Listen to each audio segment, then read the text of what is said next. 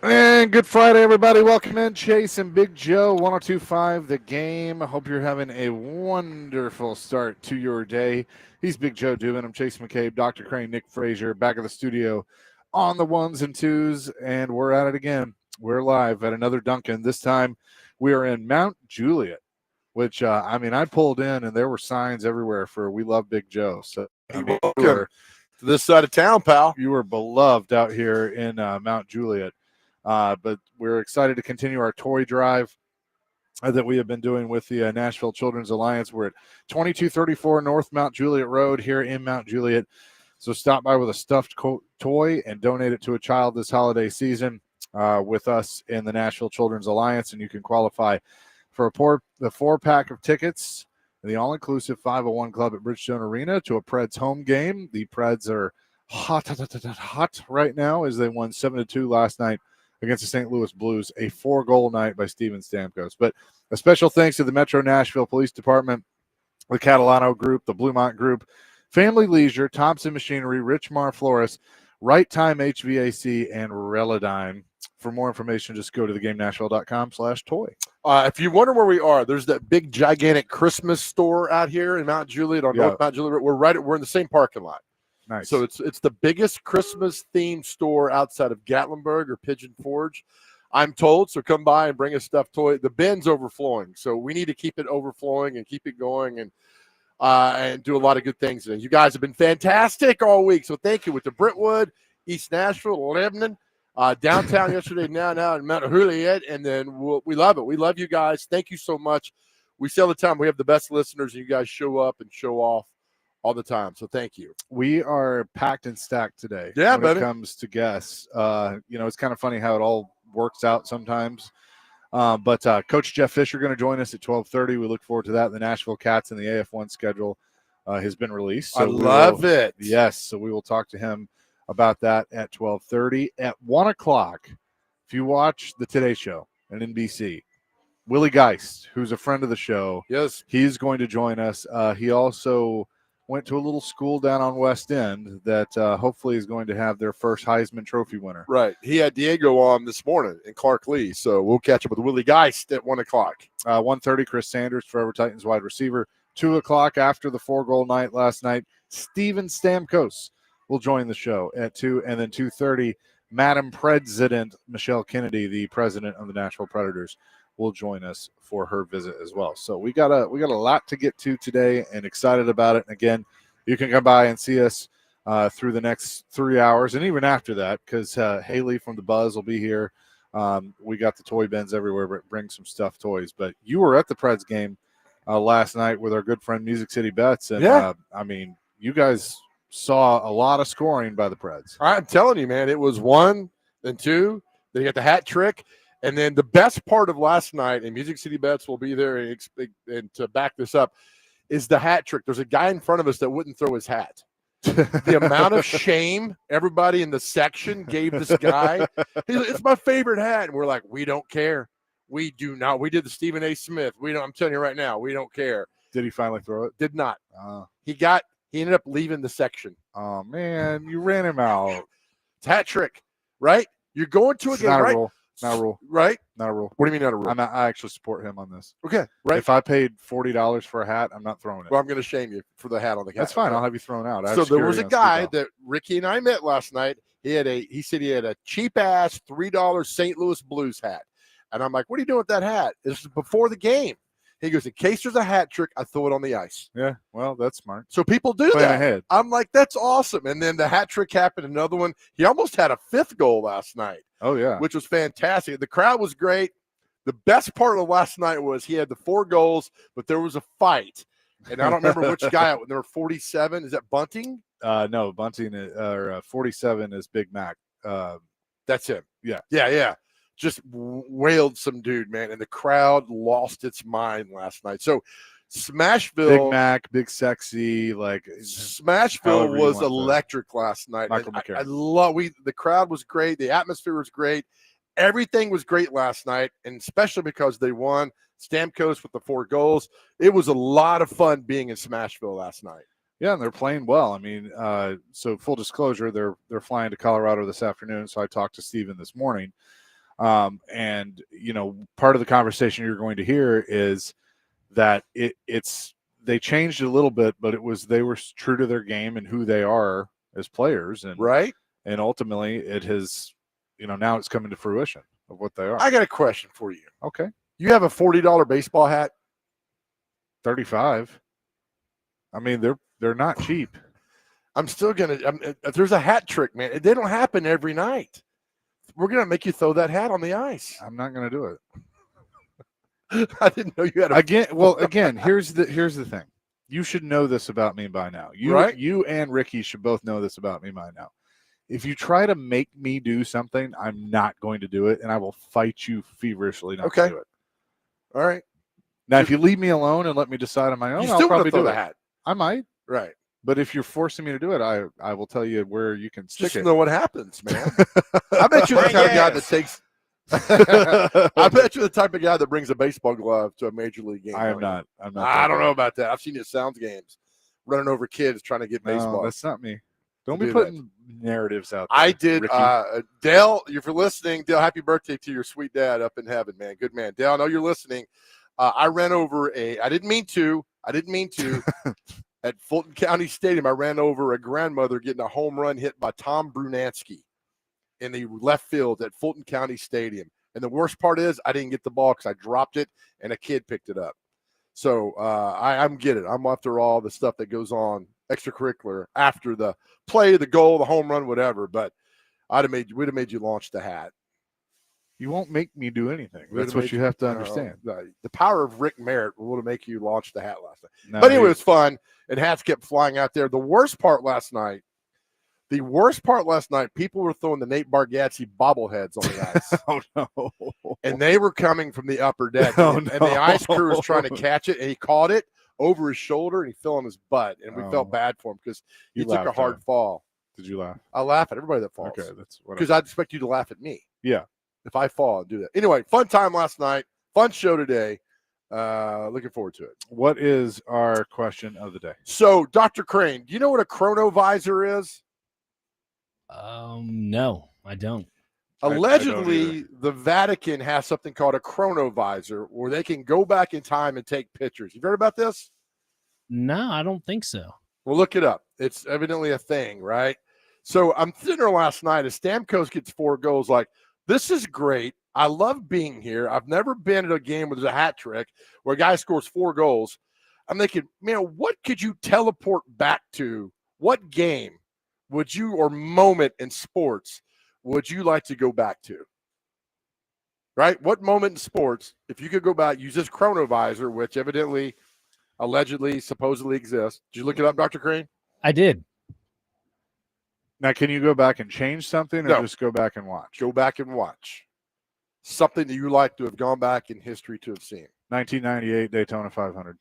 And when Earnhardt won the first one? Yep. His only one. Is that all he won? Yeah. I'll be damned. Junior won 2, but senior won 1. Okay. Yep. All right. I would say that. I'd get that one. Dr. Crane, what about you? What's one moment in time you'd go back to see? I'd probably 2011, David Freeze's walk-off home run. I wasn't there, but I remember watching it upstairs in the World Series. I think that's probably my go-to spot. Oh, that's awesome. I'm weird with this, but I would have loved to go back. I forget which Super Bowl it was when Lynn Swann made that catch in the Orange Bowl over the Cowboys, and they won 21-17. I still think that is, at that moment, is still the greatest football catch of all time. I would have loved to go back and seen that at that moment and seeing Lynn Swann catch that. But I just cool if we could go back in time to certain moments and certain times with Dr. Crane's chronovisor. Am I saying it correctly? I believe so. Chronovisor. Yeah. And you never heard of this? I don't believe so. I mean, it says here that there was an Italian Benedictine monk, Pellegrino Ernetti, in the 1950s that created this. So, and allegedly it works. So I don't know. Nobody knows or sees it or whatever. But if you could teleport yourself back in time to what sport moment would you like to see? Number 2 would be 36 Olympics, Jesse Owens. Yeah. That'd be cool. That would be good. That'd be very cool. That would be very cool. Anyway, that's our question of the day. So we you always know, love at you guys. noon, that's when the staff starts asking me for questions, right? Oh, yeah. Yeah. Of course. Yeah. Noon to 3 is when they typically ask. 615-737-1025. What would you like to be teleported back to if you could? Sporting moment. You can't say anything. You can't do anything. You can just watch it. What moment you would like to have seen throughout history? 615-737-1025 is our phone and text line, driven by WilsonCountyHyundai.com. And our question of the day is presented by Aries Tactical. Your safety, your skill, your Aries Tactical. Check them out at ariestactical.com. Again, we're live today in Mount Juliet, 2234 North Mount Juliet Road at the Duncan. You can come by with your stuffed toys, and we'll be here until 3 o'clock all day. So come hang out with us. It's Chasing Big Joe on this Friday, 102.5 The Game.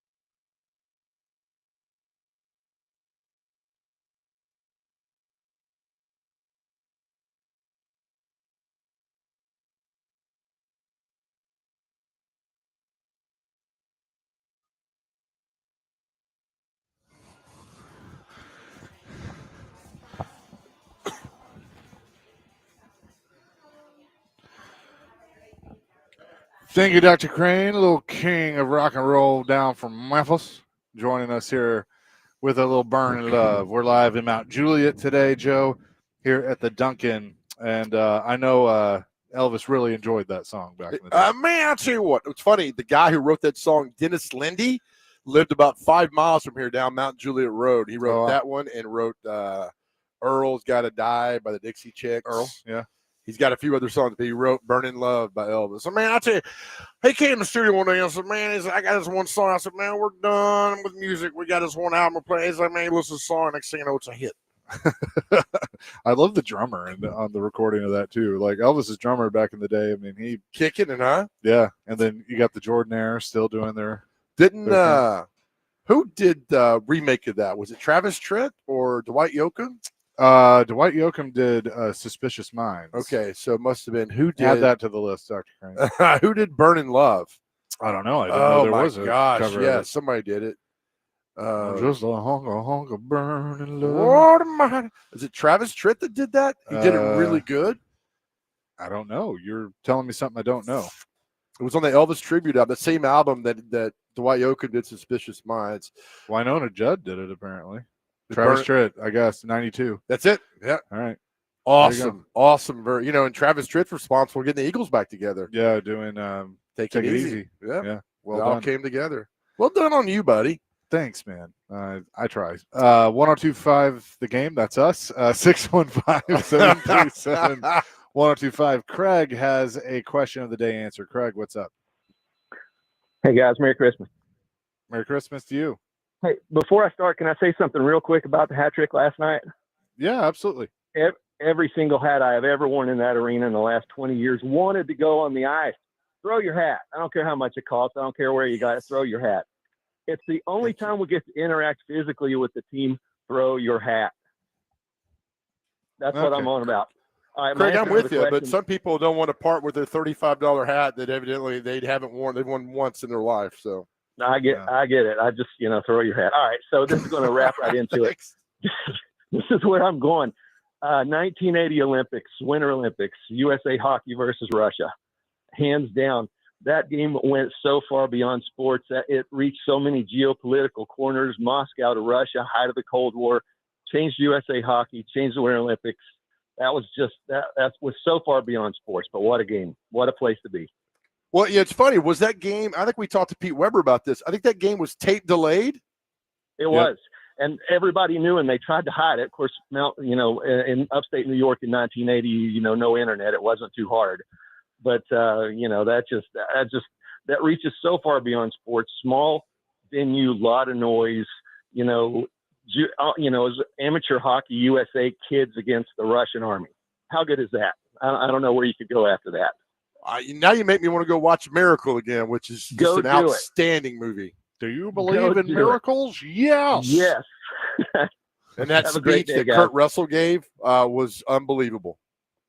It was incredible. It was incredible. That's my day. That's my sports throwback. Thank you, Craig. All right, thanks, guys. Sorry. I know. You just take over. I need to shut up. There we go. Greg says the 3 overtime Mike Fisher goal. I was there, but I'd love to see it again. That's a good one. Sonny, 2013 Iron Bowl, the kick 6. Oh, yes. I was there and would love to experience it again. Rob Bramlett, the late great, with the call as well. I will tell you, a cool exercise, and you can do this with other games, but I think the kick 6 is the best one to do it. Go listen to Rob Bramlett's Auburn call, Eli Gold's Alabama call, and then Vern Lundquist on TV. And you get like a completely different spectrum. You do. Because Bramlett's about to, come through the radio in excitement, can't believe it. Eli can't believe it, and there's disappointment. And then Vern is like, what the hell just happened? That's a great, fun thing to do because Eli sounds like he's at a wake. Yeah. And it's like, there he goes. And it's but to Eli's credit, and Pete's really good at this too, you are the Alabama announcer. And so Eli read it perfectly of like, oh no, like this is about to happen. And I mean, I think that was how you call it. And on the other end, Bramlett like we're about to win the game. Right. Yeah. So Crazy call, man. Lenny says final round of the 1986 Masters. That was Jack, right? Yeah. I think Jack was 40 years old too. Like, oh, how can he do this at 40? There we go again. Wes in Clarksville, the 2001 Pepsi 400. I was there when Dale Jr. won after his dad died. That was their first time back at Daytona.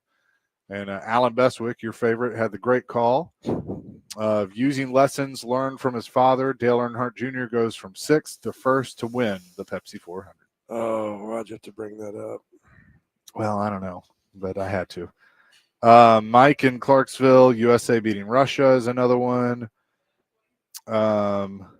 Zach in Franklin, 1920 World Series to watch my great-grandfather hit the first ever grand slam in the World Series. Well, hold on now. That's pretty cool. So who is that? What's Grampy's name here? Great-grandpa, 1920 World Series? I've got to do some work now. So was that Elmer Smith of the Cleveland Indians in Game 5 of the 1920 World Series. That's it was also awesome. the same game where the only unassisted triple play in the World Series occurred. That's pretty cool. Holy cow. That's really cool. Was Elmer Smith from who had that text? Zach and Franklin. Zach. Was Elmer from here? From Sandusky, Ohio. All right. This is great, man. Played for the Indians.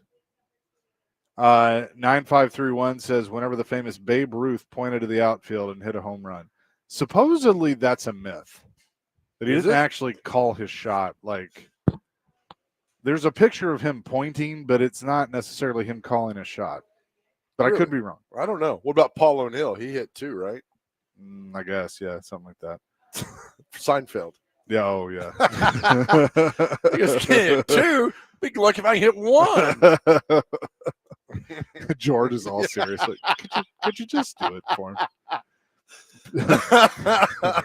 Patrick said, I would love to go back in time to 2003 to see my beloved Syracuse win the national championship. I had to work and miss the game, and it bugs me still. I think if your Did we team just talk about that? if your team gets so far, like you went and saw the Braves play, right? You're like, I'm going down to see him Yeah. play. That's a moment, man. You Yeah. got to go for that. See, I would go back to 95. That'd be cool. When they beat But the that one Indians. doesn't mean as much to me anymore because I saw it in 20. Sure. Yeah. You know, Neely says it's not a winning shot or a championship win, but I'd love to have seen Jackie Robinson breaking the color barrier in 1947. Now that would be interesting That's certainly a moment. to be at that game. That would be good. Lou says my great uncle was there when Bobby Thompson hit the home run in the World Series. What a moment! See, these are all moments which are just beautiful. I love people. Al says it wasn't Russia. It was the Soviet Union. Well, do you want to be right or do you want to be wrong? I just whatever. It's the Soviet Union. You're right. You're right. The Soviet USSR. I just never mind. 8635 LSU fan, 2002 Bluegrass Miracle against Kentucky. Oh yeah, isn't that where they dumped? Did they dump the bucket on Guy Morris? And they were I don't know. celebrating. I don't They remember were. that one. Yeah, and then boom, it happened. Yep. 3570 says as a 29-year-old Vikings fan, I have two, both against the Saints, the Minneapolis Miracle, and then Vikings versus the Saints in the NFC title game, but Favre doesn't throw the pick. Can't change it. They win the Super Bowl if he doesn't throw that pick. There's not a doubt in my mind. They beat the Colts and they win the Super Bowl, but they didn't beat the Saints. Jay from Laverne, probably you remember this one. The game the Predators played the Detroit Red Wings at home and shut them out 8-0. That was not a playoff game. That was a regular season game, I think. Pretty sure. But the place was nuts. But yeah, I'm pretty sure that was a regular season game. I'm sure. Is this our guy that hates Cam Ward? Yeah, let me finish. All right. I'll get to that. 7948. Dale Earnhardt's last win in 2000 at Talladega. I was there in the backstretch and it was unreal how loud the crowd was when he took the lead. And Zach says Elmer Smith is his. Yeah. Okay, never mind. Bicycle Boy says Ali Frazier. That would be good. And Jeremy in Clarksville says, I'd like to watch the Cubs win the World Series in 2016. I was deployed and missed it. All right, so these are all good. Go back in time with these. Trey has an old school baseball story. Trey, what's up? Hey guys, how y'all doing? Good, buddy. Hey, so I'm from Macomb, Mississippi, and one of my friends he played behind Barry Bonds in Pittsburgh. So his name is Adrian. So when Barry Bonds went out west, Adrian got his job. So he played in Pittsburgh for probably about 5 or 6 years, and then he went on and played up in Boston. Well, Boston was playing in one of them championships, and they needed one more run, dude. And like they called him up to bat, and he was batting. I'm sitting there with my friends up in Vermont because I was going to college and stuff up there. And he was up there getting ready to bat, dude, and freaking he struck out, bro, in front of my friends. Man. Yeah. Adrian Brown, is that his name? Adrian Brown, yes, sir. That's one of my best friends from high school. Yes, sir. He struck out. Nice. Sorry about that, buddy. But hey, I'm sitting there with my friends and stuff. I'm like, yeah. And then he strikes out, dude. Yeah. Trey, it was did you go to high school with Britney Spears? She's from Macomb, Mississippi. Britney Spears went to Park Lane. That's a private school, but it's in Macomb. But she's from Kentwood. Hey, actually, Ray J and Brandy, they from my neighborhood. They from Summit Street. Snoop Dogg is from my neighborhood. He's from Magnolia. There's a lot of celebrities from that neighborhood. Travarius Ward is from there. It's packed full of talent, bud. Full of talent. That's awesome, man. Yeah. Hey, guess what? I got a secret. Yeah. You know, Brandy, I bought my first bottle of wine from Brandy and Ray J granddaddy, bro. But that's all I gotta say.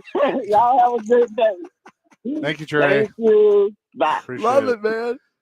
Coming up next, Jeff Fisher going to join us, the commissioner of AF1. The schedule is out, including the cat schedule. We will talk to him coming up next. Chasing Big Joe live from Duncan and Mount Juliet, 102.5 The Game.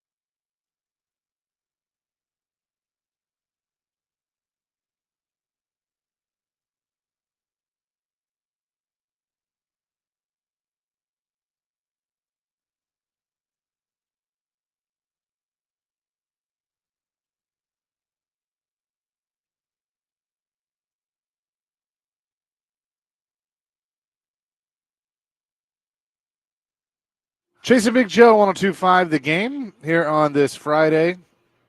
We're out at Duncan, 2234 North Mount Juliet Road here in Mount Juliet, as we're taking stuffed toy donations for the Nashville Children's Alliance. So appreciate everybody that has come through so far. Now we say hello to one of our favorites. He is always going to be known as Coach, the commissioner of AF1, and of course, a part owner of the Nashville Cats. Jeff Fisher is on with us now. Coach, how you doing?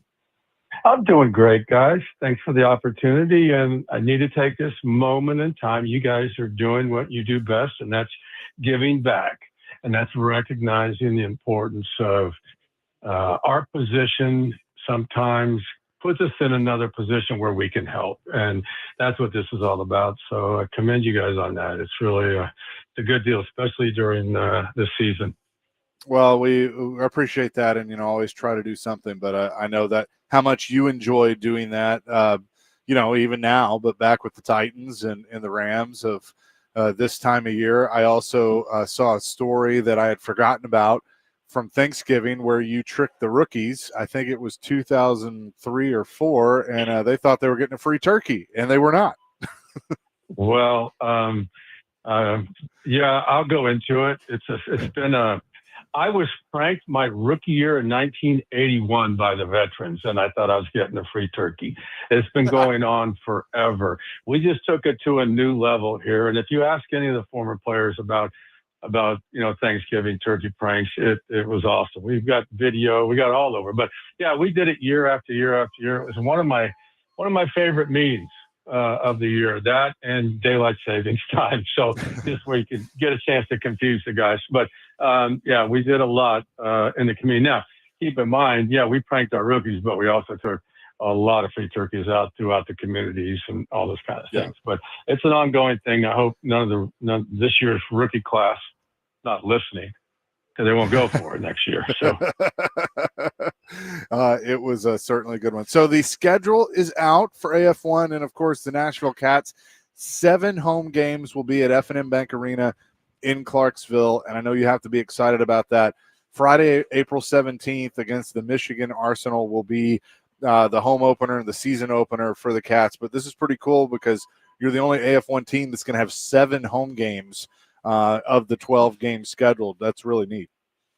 Well, it really is. And, I first have to, commend the management group of AF1, because scheduling is not an easy thing, especially when you get the different dynamics and the venues and this and that, the different teams and everything. But we got it done. They pulled it off. And yeah, to think that we're going to be in a position to have 7 home games is going to be really good. It just shows you, what the league's perception is. And again, I let them do this, but what the league's perception is of this market and how impressive things are at F&M Bank. And so really excited about opening up. And then we got some challenging. We have back-to-back home games 2 or 3 times, maybe 2 in there, and then we'll go on the road and then we'll come back. But yeah, it's lining up really well. I know you guys got the dates, but it's lining up really well for us. And we've gotten tremendous amount of feedback already on social media.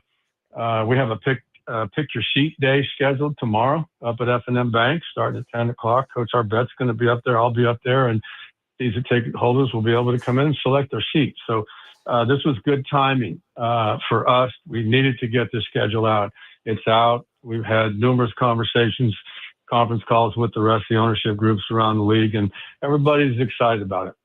We're talking to Jeff Fisher on the Chase and Big Joe show. Coach, I remember you walked up to Chase and I during the halftime of one of the games up there at Clarksville that was sold out, and you weren't talking. You were just looking around and staring, and I said, everything's okay, and you're like, look at this. And you knew then, right? You had something, because it was those games up there, Coach, were really special. But you knew then, right? You had something good.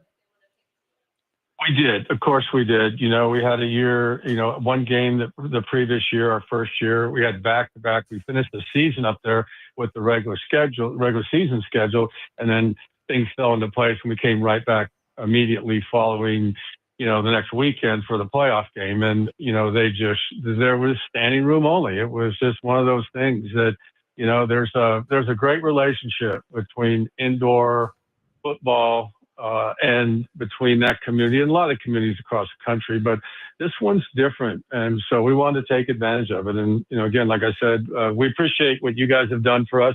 We're really excited. We got a lot of fun stuff ahead. What was it, not only with Nashville, with the Nashville Cats here, what did you see around the league that you thought, all right, 26 is going to be fantastic? Because it was really good here. There are other teams that are really good. But what was the thing that, like, all right, we're going to have a great 26 because of this? What was that? Well, it was the ownership group, the new groups that came in. We had hoped to have a couple more teams in the league, but if they're not ready, they're not ready. The league's not going to end up taking them over. So we got a really solid ownership group, with Beaumont, the relationship that we have already with Northern Kentucky, the Barrels up there. Unfortunately, we only got one game against them, but they're the team to beat already. And then, what we have going with Albany. And as we look at the schedule, the Albany games are slated for later in the season. And, so there'll be a lot going on. But the big thing was just, the relationship between the franchises, between the players, and the community. And we just felt like this was a tremendous opportunity for us to move up there.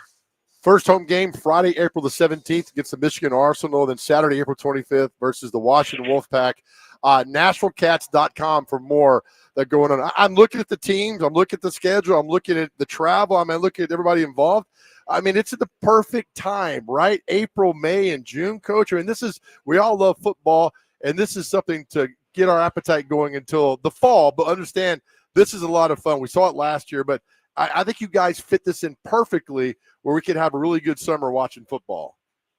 Well, I appreciate it, and we love to have you guys involved and appreciate what you've done for us up to this point. It's been really exciting, and there's, as you say, you got the drafts over at the end of April, and then you're going to have some spring games and things like that stuff, but nothing going on with respect to football, and that's why the indoor game, the 50-yard game, is just different and special because it falls at a perfect time of the year.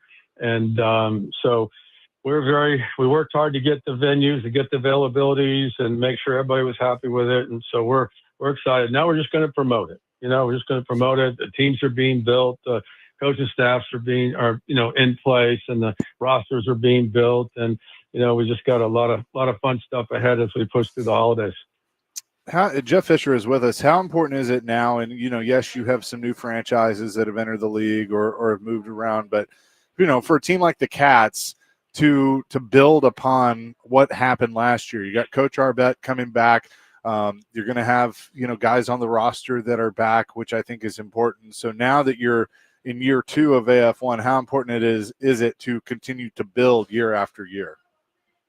Well, when you say build, I think of two things. One, build your roster and build a championship team. We have the ability to do that. Coach Arbette has done that his whole career.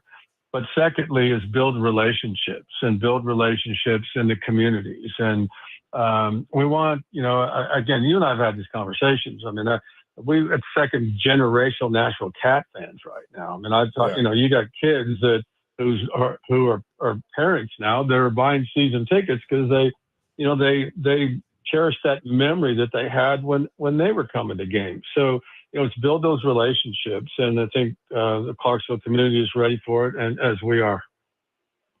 It's so funny whenever Joe and I have a conversation like the day or two before about what happened when with the Titans, and then all of a sudden we get you on a couple days later.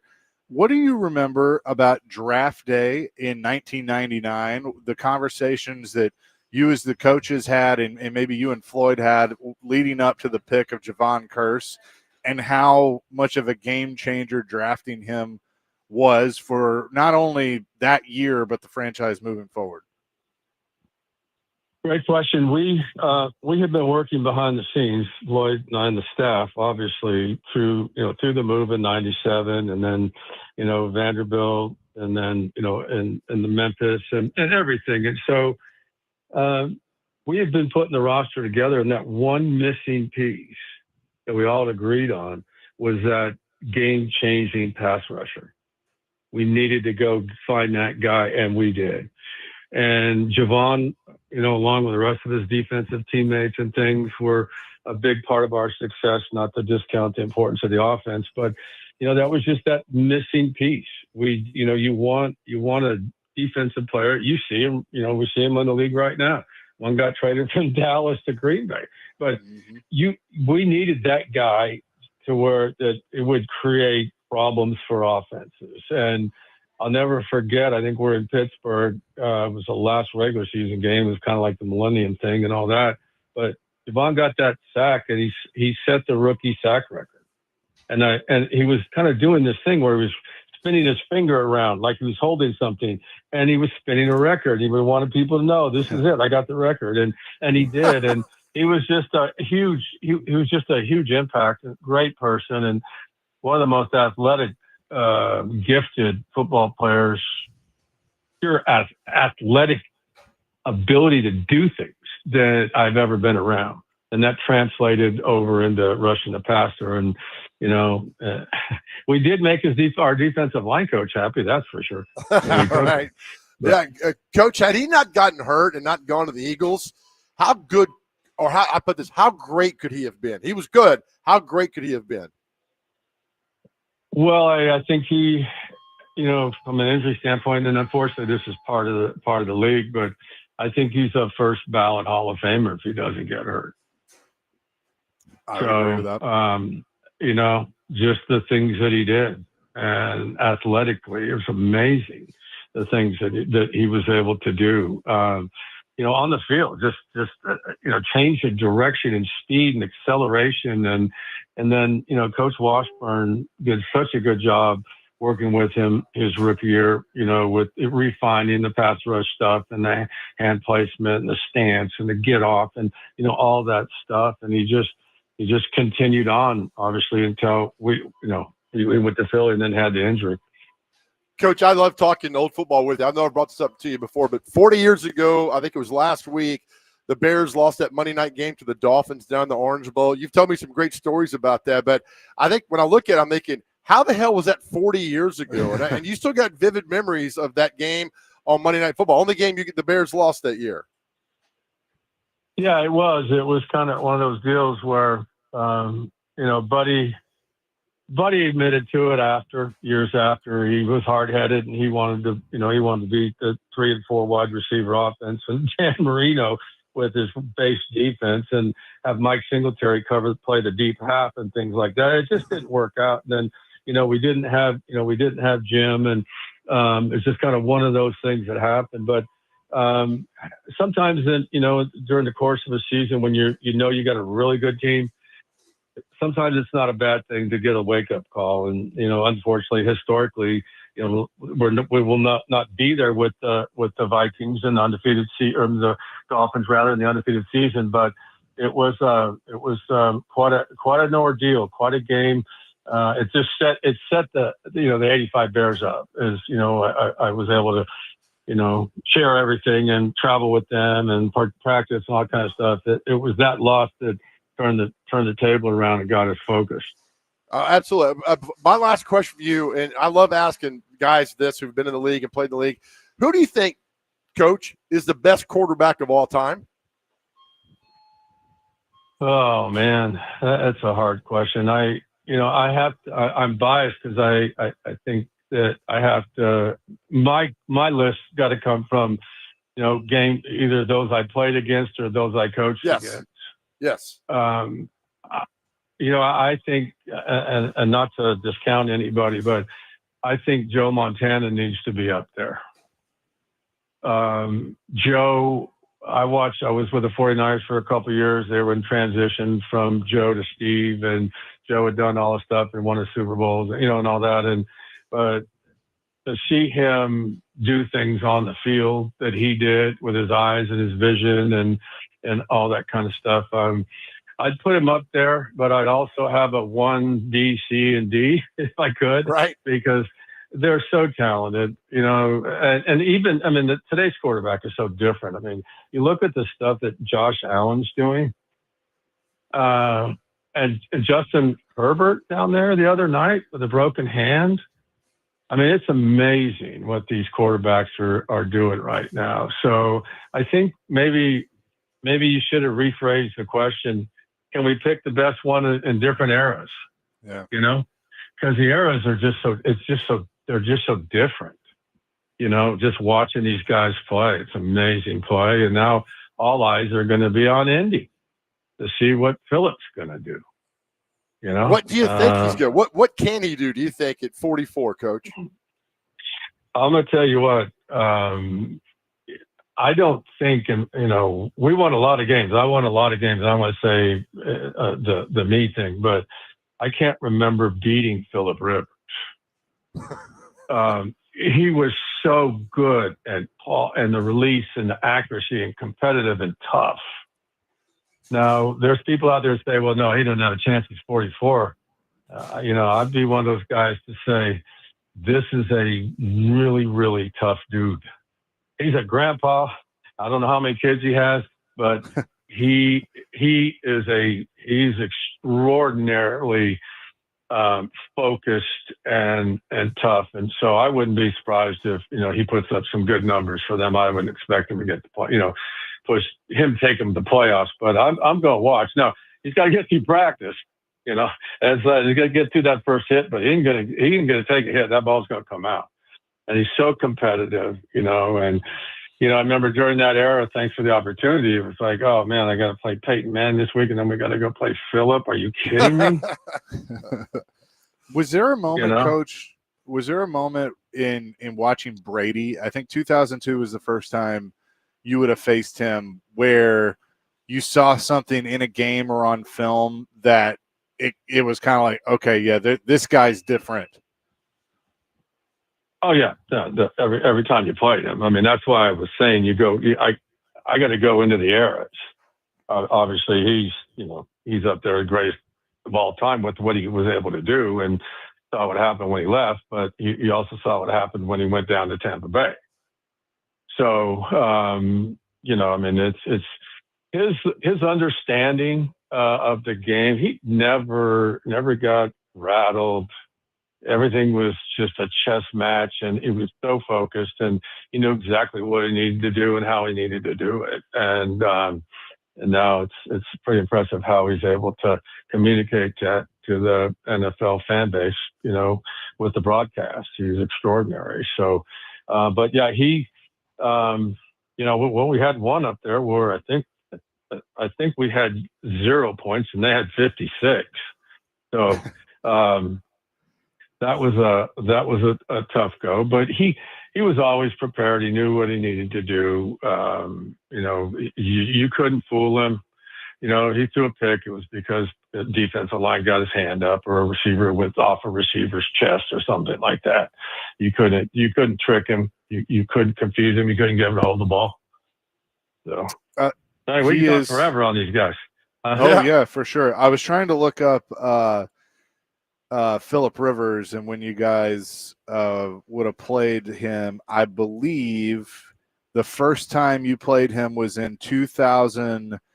It was 2006, September 17th, 2006. Chargers won 40-7. Yeah. So there you go. Yeah, we were in a trend. We were in a rebuild there. You know. Yep. So yeah, the playoff game in 07. Vince. Yeah, it was Vince, right? It was Vince. Yeah, Vince was the playoff game we lost. Yeah.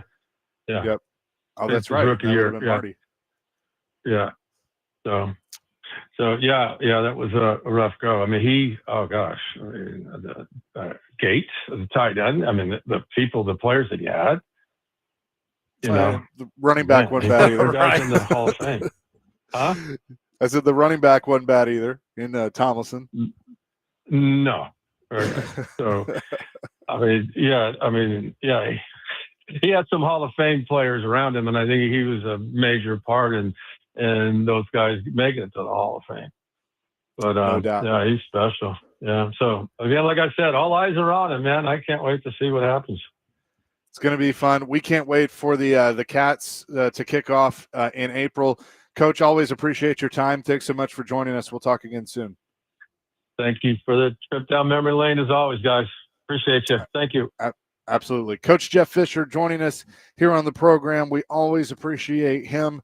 We will come back. Willie Geist from NBC, not NBC Sports. NBC will join us in the Today Show. We'll talk some Vandy and much more with him. Chase and Big Joe, we're live today in Mount Juliet, 2234 North Mount Juliet Road here in Mount Juliet. Bring a stuffed toy by for the Nashville Children's Alliance here on 102.5 The Game.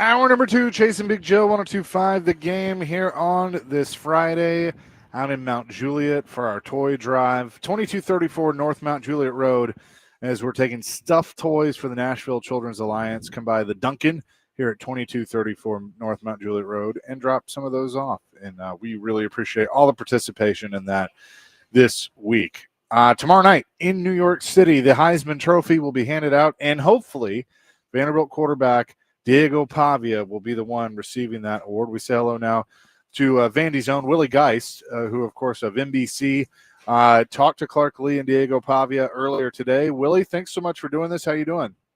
I'm doing great, guys. Great to talk to you. I'm hoping, like you are, we get a Heisman for the cabinet, the trophy case in Nashville tomorrow night.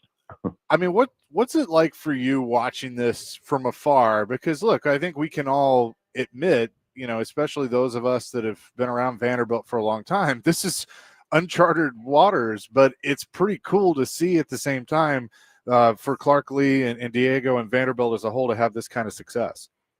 Yeah, I mean, so I got to Vandy fall of '93. That was my freshman year.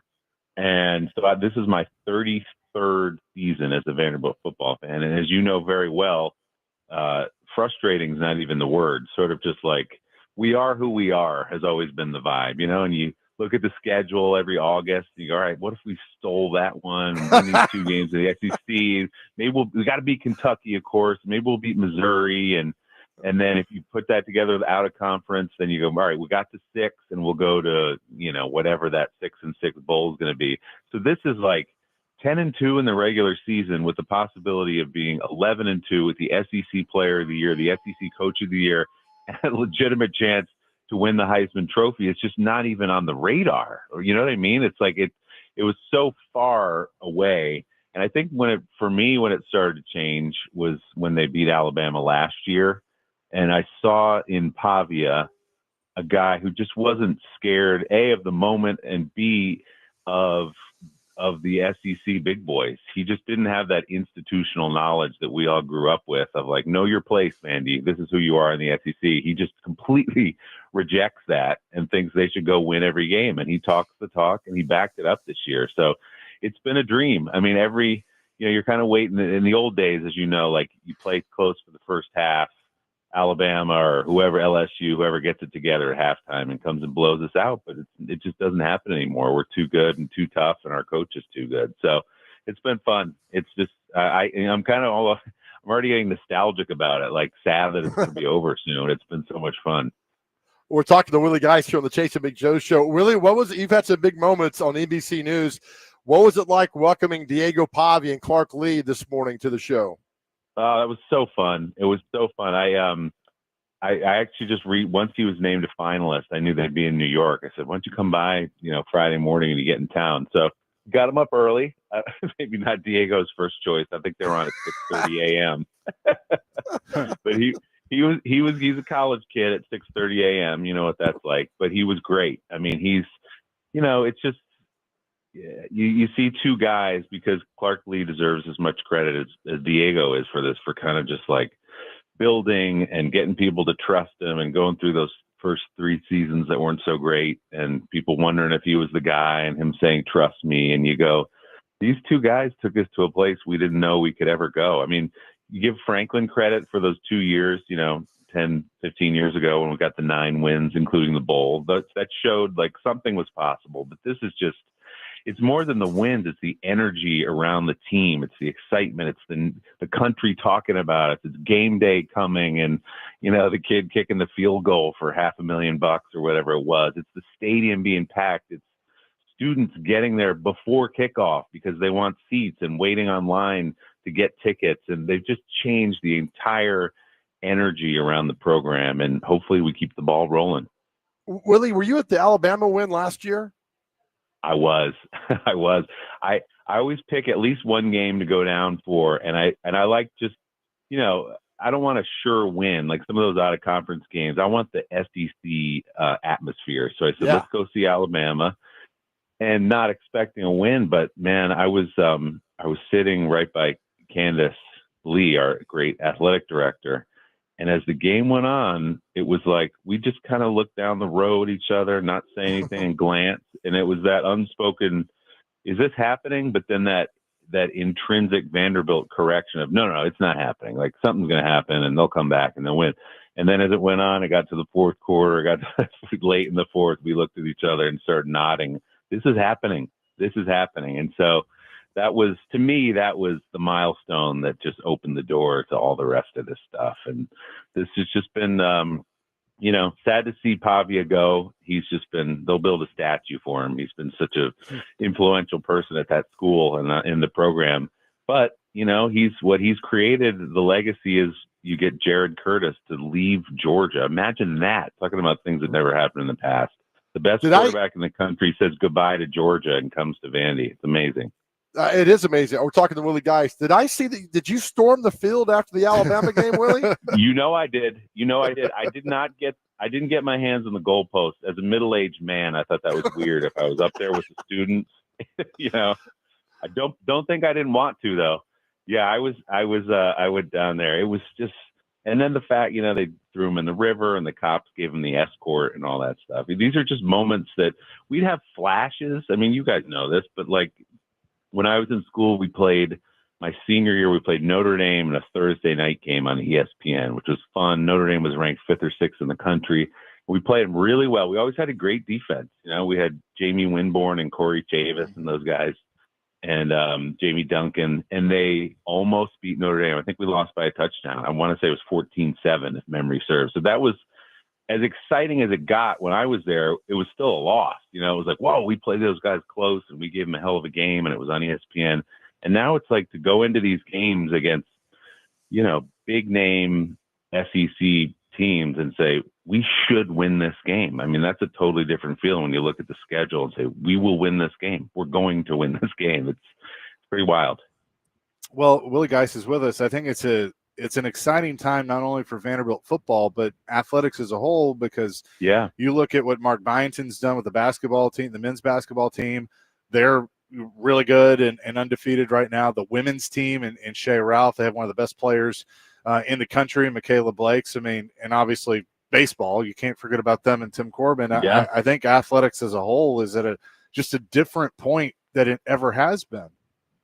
Agree. Yeah, it is. I mean, the soccer team was one kick away from the Final Four. The women's soccer team, our tennis and golf. It's kind of at this point across the board, that they've made a commitment. And I think that goes to Candace, the athletic director, but also all the way up to the chancellor, Daniel Diermeyer, his whole thing is like, if you're going to preach excellence, be excellent at everything. And so they've invested money and raised a ton of money. And obviously the football stadium's the flashiest with the basketball center down at the end, but they've committed to being good. And that's I think they see the value in having a good high profile, whether it's football or basketball team for your school, not just for winning and being relevant in the SEC in sports, but the same way Duke basketball in the late 80s, early 90s, their applications went through the roof, and it was always a good school, but it became that much more elite because sports helped, nudge them up that way. And I think Diermeyer totally gets that. He's not, he's from Germany. He's not a football guy by birth, but he gets it. He totally gets it. And he knows that an investment in sports is good for the whole school. And it's really, you can't think of a sport we're not competitive or elite in at this point. I think it's great. Willie Geist is with us. Willie, you hit on it earlier about Clark Lee. I think Clark Lee is fascinating. I think he's so intelligent. He's so smart. The kids love him. He looks like a great Bond villain, with that bald head and that just demeanor he's got. I love it. But he is so, you said it earlier, he's so underrated in all this success. And I think at some point we all need to say, look, Clark Lee is a really damn good football coach. I know he got the big deal. He's 2-time coach of the year. But just the stoicism he brings to that program is so good. And you saw it today when you're talking to him on the show. Absolutely. Yeah. That's the thing. I love the way he carries himself. And we played this morning when they came on a clip of what he said the other day after we did get in the playoff, which, look, I was not happy about that. I think if you want to put the 12 best teams in college football in the tournament, that wasn't it. And we're definitely one of them. And I know they have obligations to those other conferences and all that. Maybe they'll fix that. But contrast the way Clark Lee, what he said, we're not victims in this process. We had a chance. We could have gone and beaten Texas. We could have beaten Alabama. We didn't do that. And this is what happens when you don't finish the job. And he said, but we're going to go play our bowl game. Diego's coming. Eli's coming. We're going to go try to beat Iowa, be 11-2, likely finish in the top 10, and maybe have a Heisman Trophy winner. I mean, give me that season all day. And you contrast it to other schools with gold helmets who have been whining for an entire week that they didn't get in, who played 2 hard games at the beginning of the season, lost them both, and then won 10 in a row against Syracuse and Boston College. So it's just a contrast in styles, and it gets to Clark Lee's, his class, but also just his accountability and his leadership. And I think all the kids, they feed off that, and they go, oh, okay, this is who we are. Head down, do the job, do the work. So I agree. I love his, not only a great coach, but I just love his style. I love the way he carries himself. Tomorrow night, you're going to be in front of the TV. I mean, you got to watch, right? I mean, this is a moment. Oh yeah. So I don't know how you guys are feeling. By statistically, it's not close, right? He's got 4,000 total yards, much more than the other guys.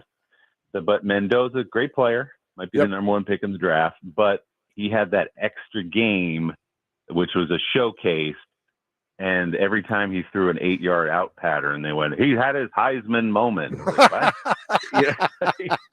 I mean, I don't know if they were lobbying for him or what, but it was like, what? Right. So I don't know. It's one of those things where, like, is that the last impression in some voters' minds where they watched that game Saturday and Diego didn't get a chance to have that showcase and go, oh, yeah, that guy's good. He did have a Heisman moment. So who knows? You can't control how they're going to vote, but I'm totally, totally biased. But I think Diego's the best player in the country, and not just as a feel-good story from Vanderbilt, but his statistics show it too. So, man, wouldn't that be amazing? A Vanderbilt Heisman Trophy winner. Again, talk about things you never imagined, but here we are. It's so awesome to see. Is it fun for you to get to take the break from, news and everything going on and talk a little sports? Oh, it's the best. I mean, I'll be honest with you. It's what gets me through, because I'm so marinated in news and what's going on. And a lot of times that's divisive and angry, and, people aren't on their best behavior and all that.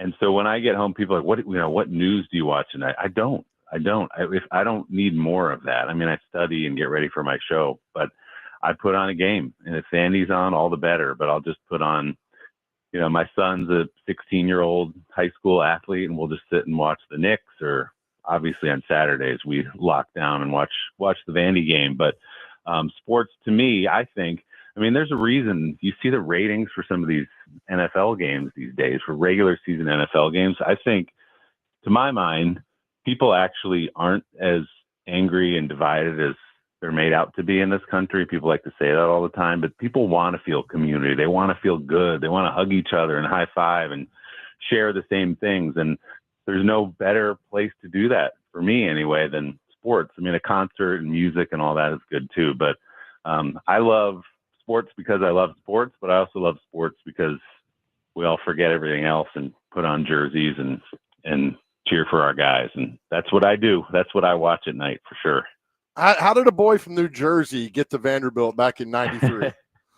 Well, let me just say, it was a lot easier to get into in '93. Let's stipulate that. So that's one reason I got there. But they actually were, it was still a relatively Southern school in the early '90s for the most part. And I think they were just looking to kind of nationalize a little bit. So they came up here to New Jersey, and my public high school basically with a net and scooped us up. We had 6 kids from my public high school class in New Jersey go that year to Vandy. So, wow. And I think there was an appeal if you didn't want to stay home and go to one of the schools up in the Northeast and explore a little bit. And that was it for me. Nashville is obviously such a cool town, and was then too, obviously. And great school. To me, SEC sports was a big appeal, to be a part of that culture. And so I was right. It was the best thing I ever did. Made all my friends there, and got to be a part of this Vanderbilt family, which this fall has felt a little extra special, thanks to Diego and the boys. Yeah, well, thank you. I know you're busy, and I told Chase, I emailed you this morning, and thank you so much for reaching back out and doing that. This is great. And it's a lifetime moment here with Diego and everything. But I appreciate you, Willie, for doing this. Anytime, my pleasure. Always happy to talk with you guys, and fingers crossed for Diego. Go Doors. Go Doors, anchor down. Thank you, Willie. Appreciate it. All right, guys. Thanks. See ya. Willie Geist, NBC, joining us here on the program, and also does the Sunday edition of the Today Show as well. And we really appreciate that. Good stuff. Really good. Right? I mean, I didn't think I texted you this morning. I'm like, hey, I emailed Willie Geist, a collective, like, yeah, okay, all right, who are we going to get on the show today? And then, like 10 minutes later, he emails back and says, hey, I'd love to come on today. I was like, awesome. So thank you, Willie Geist. And I'm sure for him, he enjoyed, 20 minutes of not hearing Donald Trump said this or the Dems said that or whatever. Nonstop. Gosh, so I'm glad we could help with that. We're at 2234 North Mount Juliet Road in Mount Juliet at the Duncan. We, by the way, thank you so much to the different Duncan locations that have had us this week for our toy drive benefiting the Nashville Children's Alliance. You can stop by, donate a stuffed toy. You can also be qualified for a 4-pack of tickets just to the all-inclusive 501 Club at Bridgestone Arena, to Pred's home game. And thank you to Metro Nashville Police Department, the Catalano Group, the Bluemont Group, Family Leisure, Thompson Machinery, Richmar Florist, Right Time HVAC, and Relodyne. Just go to theGameNashville.com/toy for more information. Chris Sanders at the bottom of the hour, chasing Big Joe, 102.5 The Game.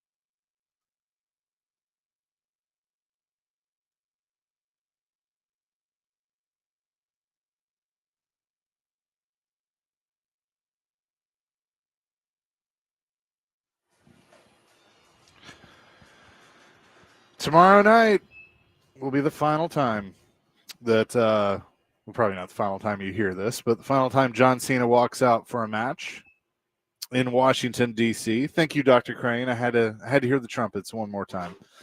And I'm very excited about that. But for you wrestling nerds out there like me, we'll watch some John Cena and Gunther tomorrow night. What time's that start? 7:00 on Peacock. Well done. Yeah. So, and Preds, I'll have that as well. How about the Preds last night? Hey, how about that Stamkos? He's something. He'll join us at 2:00 today. We'll talk to him and also Michelle Kennedy at 2:30. But 4 goals for Steven Stamkos. They win 7-2. They have been playing a lot better as of late. Have won games. Yes, still got work to do in the standings because it's very close, but you can only control what you can control at this point, and they're playing better and winning games. There was a big trade, right? There was a trade this morning? Yes. Spencer Stastny, defenseman, was traded to Edmonton for a 3rd-round pick. So he joins Matthias Ekholm as another former Preds defenseman with the Oilers. The Oilers also busy today making some other moves as they have acquired goaltender, I forget his first name, Jari, from Pittsburgh for Skinner. So they made a goalie swap with Pittsburgh. Tristan Jari goes from Pittsburgh to Edmonton for Stuart Skinner, which is an interesting move.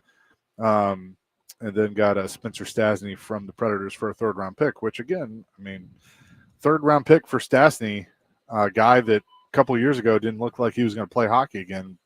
You'll take that. Is this good for the Preds? I have no idea. I think so. I mean, they had numbers at defense. So, Barry Trotz had talked about that the last few weeks with DVD of, they knew they had a lot there. And you got some young guys in Tanner Molendyke that could come up, Ryan Ufko as well. And so I think he wanted to make a little bit of room for, those guys later on. My guess is Barron's going to be back soon from injury. Barron. So that's probably what they were going to do there. But look forward to talking to Steven Stamkos coming up here in just a little bit as the Predators hit the road for a 2-game road trip as they will take on Colorado and St. Louis. They just did that here. They'll do that now on the road with that coming up. Colorado tomorrow night, pregame at 7. A puck drop at 8, and then Monday night in St. Louis with pregame at 6, puck drop at 7. You can hear on 102.5 the game, and then back on Wednesday against the Carolina Hurricanes, Saturday against the Toronto Maple Leafs, Sunday against the New York Rangers. Well done. Yep. And then back on the road for 1 game on the 23rd against Minnesota, and then 3 days off for the holiday break. And back to St. Louis. And the next thing you know, they're back, and then we're in January, we're rolling. So keep tallying these wins up, getting points. They are by no means out of it now, right? No, After Stamkos get that. What's the record for Pred? He tied the record last night, most goals? For in 1 game? Yeah. Did I see that's a Predator tied a record? I think so with Eric Nystrom. Oh, I think that's right. What's the record for most goals in 1 game? Some dumb 1911 record For the whole team? for the NHL. Yeah, I don't know. I'd have to go look that up. it's like those obscure baseball stats from the late 1800s when things happen. Yeah, he threw how many innings till last week, Chase? I think I had 5 shutouts. 5 shutouts he had. All right. 4 wins, 48 strikeouts. Good job, Chase. He threw 189 pitches. There's no way. Well, I guess that's a different breed back then.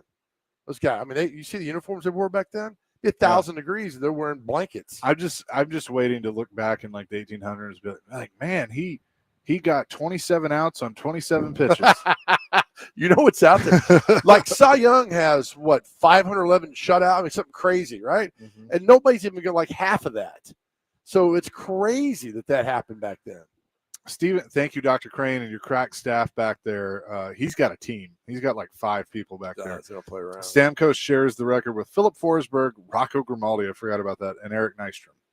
That is according to the crack staff that Dr. Crane has back there. So good job, Dr. Crane. Thank you. Thank you. But, I mean, 3's pretty cool. 4 is something else. And he almost had 5. He did some kind of wicked shot. The guy stopped it. That should have Wicked gone in. Rista? Was it a Wicked I Rista? think so. I don't know, one of those things. Yeah, it was good. Very nice. Oh, the one-timer, tic-tac-toe. Well, we'll talk to Forever Titans wide receiver Chris Sanders coming up next as the Titans, they head to San Francisco to take on the 49ers. We'll get his thoughts on that next. Chasing Big Joe, 102.5 The Game.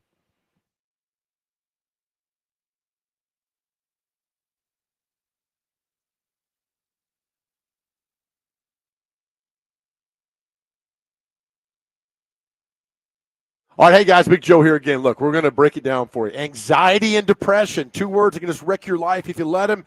And men, sadly, most of us lead lives of quiet desperation, but it does not have to be that way. That's why we're so honored to be partnering with Unity Psychiatric Care, just based right here in Middle Tennessee, to get you back on track and living the life you deserve. We talk about it all the time because we love you guys. Now, reaching out to someone and talking to someone changed my life, and I want the same for you. Just go to GameNashville.com, click on the Chase and Big Joe show there. You'll see a link for Unity Psychiatric Care and start taking back your life. It's private, it's secure, it's confidential. They have telehealth, which is awesome. No one has to know. I just need you to reach out. Or you can call 1-888-508-8002. That's 1-888-508-8002. And listen, this is very important. You may be the one who notices a loved one isn't quite doing well, and you could be that person to turn their life around. And again, all you got to do is just go to GameNashville.com, click on the Chase and Big Joe show, and there on the right is all the information you need for Unity Psychiatric Care. You could get them talking, and that's where it starts. We love you guys so much, and help is just around the corner. You can take back your life, and please, please know this. You do not have to go through any of this alone.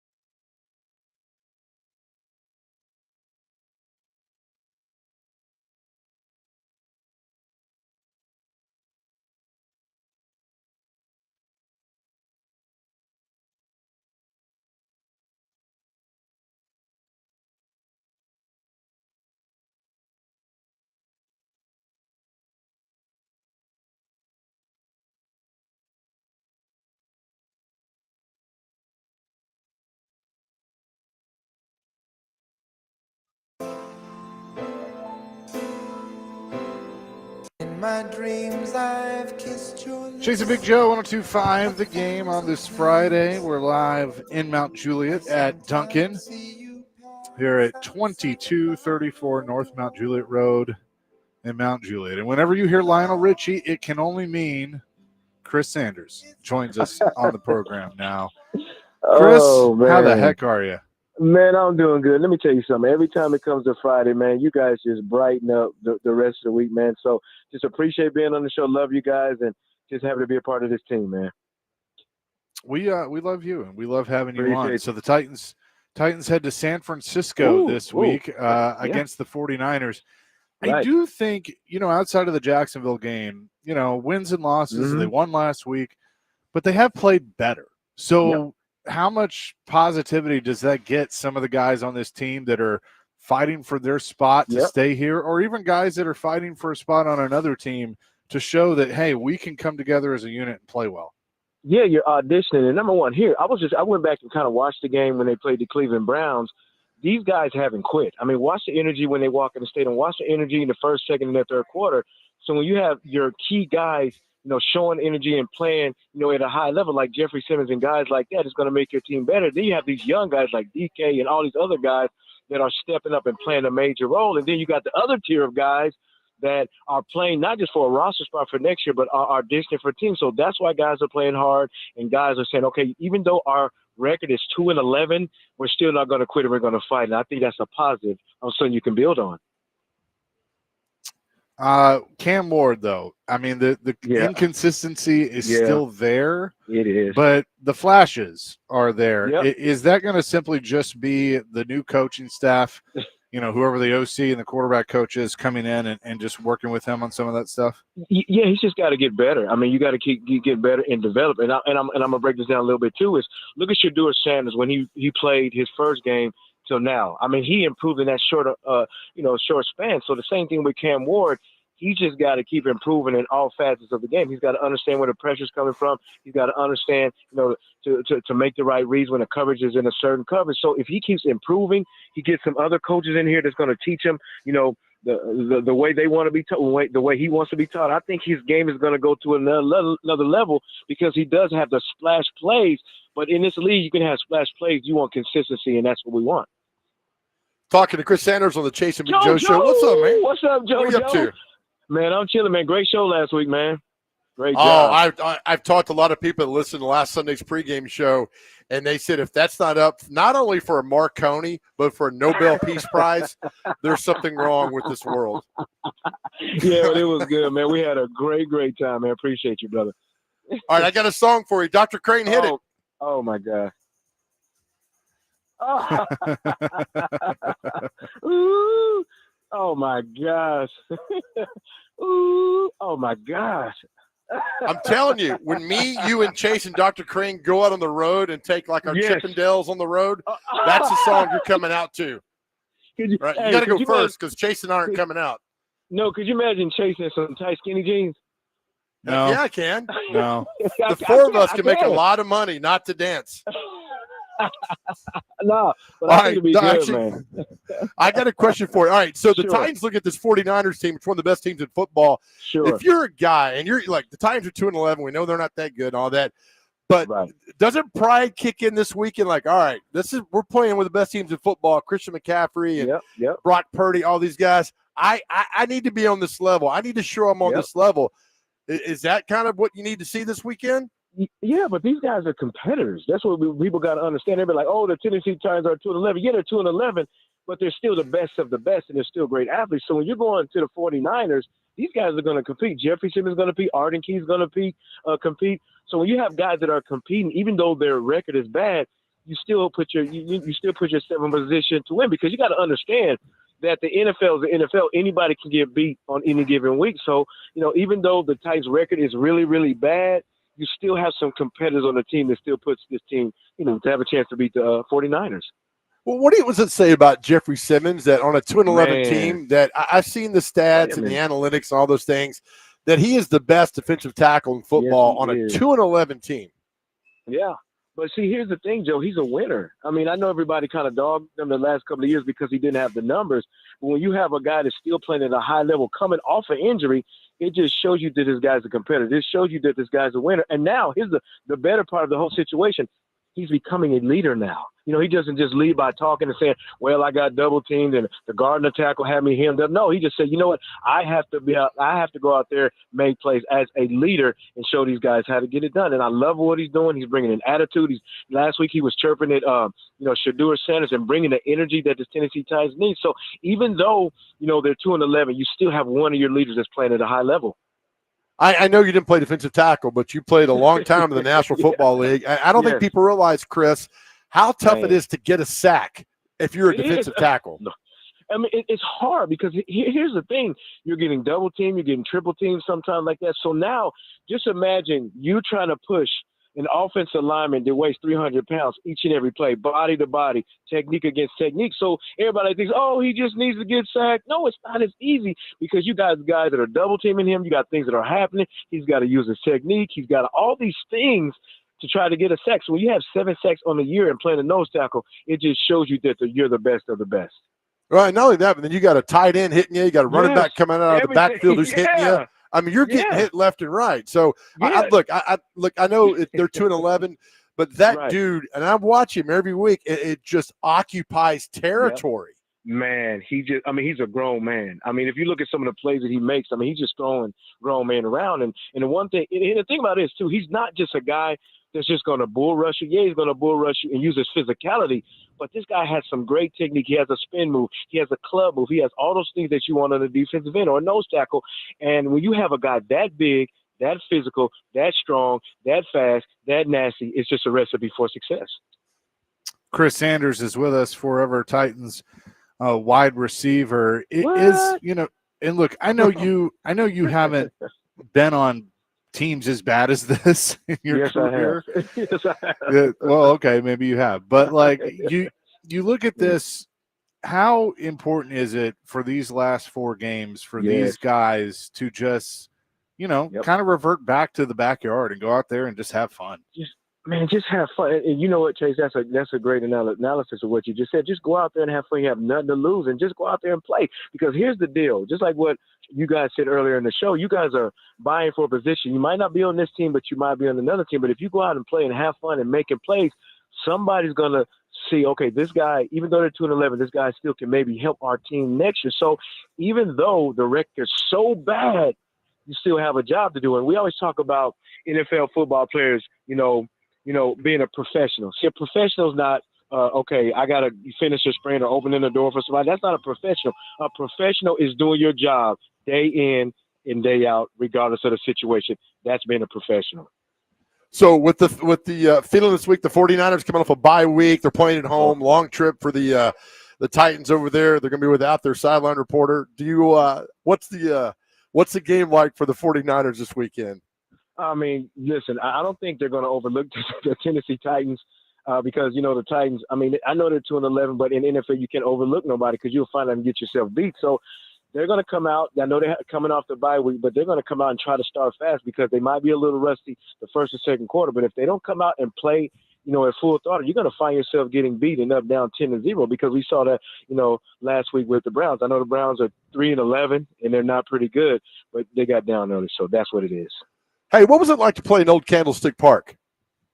Man, it was weird. The thing that I loved about it is I wasn't worried about the stadium. Is I got a chance to see Jerry Rice.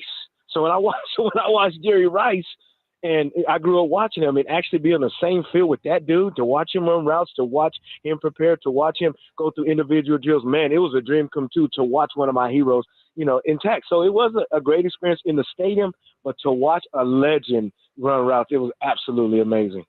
What was worse, the wind at Candlestick, Greg Lloyd taking your head off, or the turf at the Astrodome coming up to eat you? Man, what was the worst thing? Man, it was Greg Lloyd. Man, listen, the turf was mean because it'll get you, but Greg Lloyd was meaner. I mean, his face mask, he had the weirdest face mask. He was a black belt in karate, and he took my spleen out. I think it's still over there laying over there. But, man, I'm telling you, That guy was a physical dude, so it has to be Greg Lloyd, man. I always 100%. laugh when you tell me that the fact that you put your hand out for him to help you Oh. up and he slapped your hand away. He said every curse word. I mean, every you blankety blankety blanket. I'm like, wait a minute, is that a curse word? And then he smacked me again. Yeah, it is. No, I'm just kidding, but yeah, hey, he almost took my whole shoulder, my spleen, my rotator cuff is probably still laying on the field right over there. But you're still here though, baby. Yeah, I'm still here, man. But that's one guy you don't want to fight because he is a black belt in karate. Chris, appreciate it as always, my friend. Appreciate y'all, man. Love Have a y'all great so weekend, much, man. Thank you, guys. Yeah, you Bye-bye. too. Chris Sanders, Forever Titans wide receiver, joining us here on the program. We'll have more coming live from Mount Juliet and Duncan, 102.5 The Game.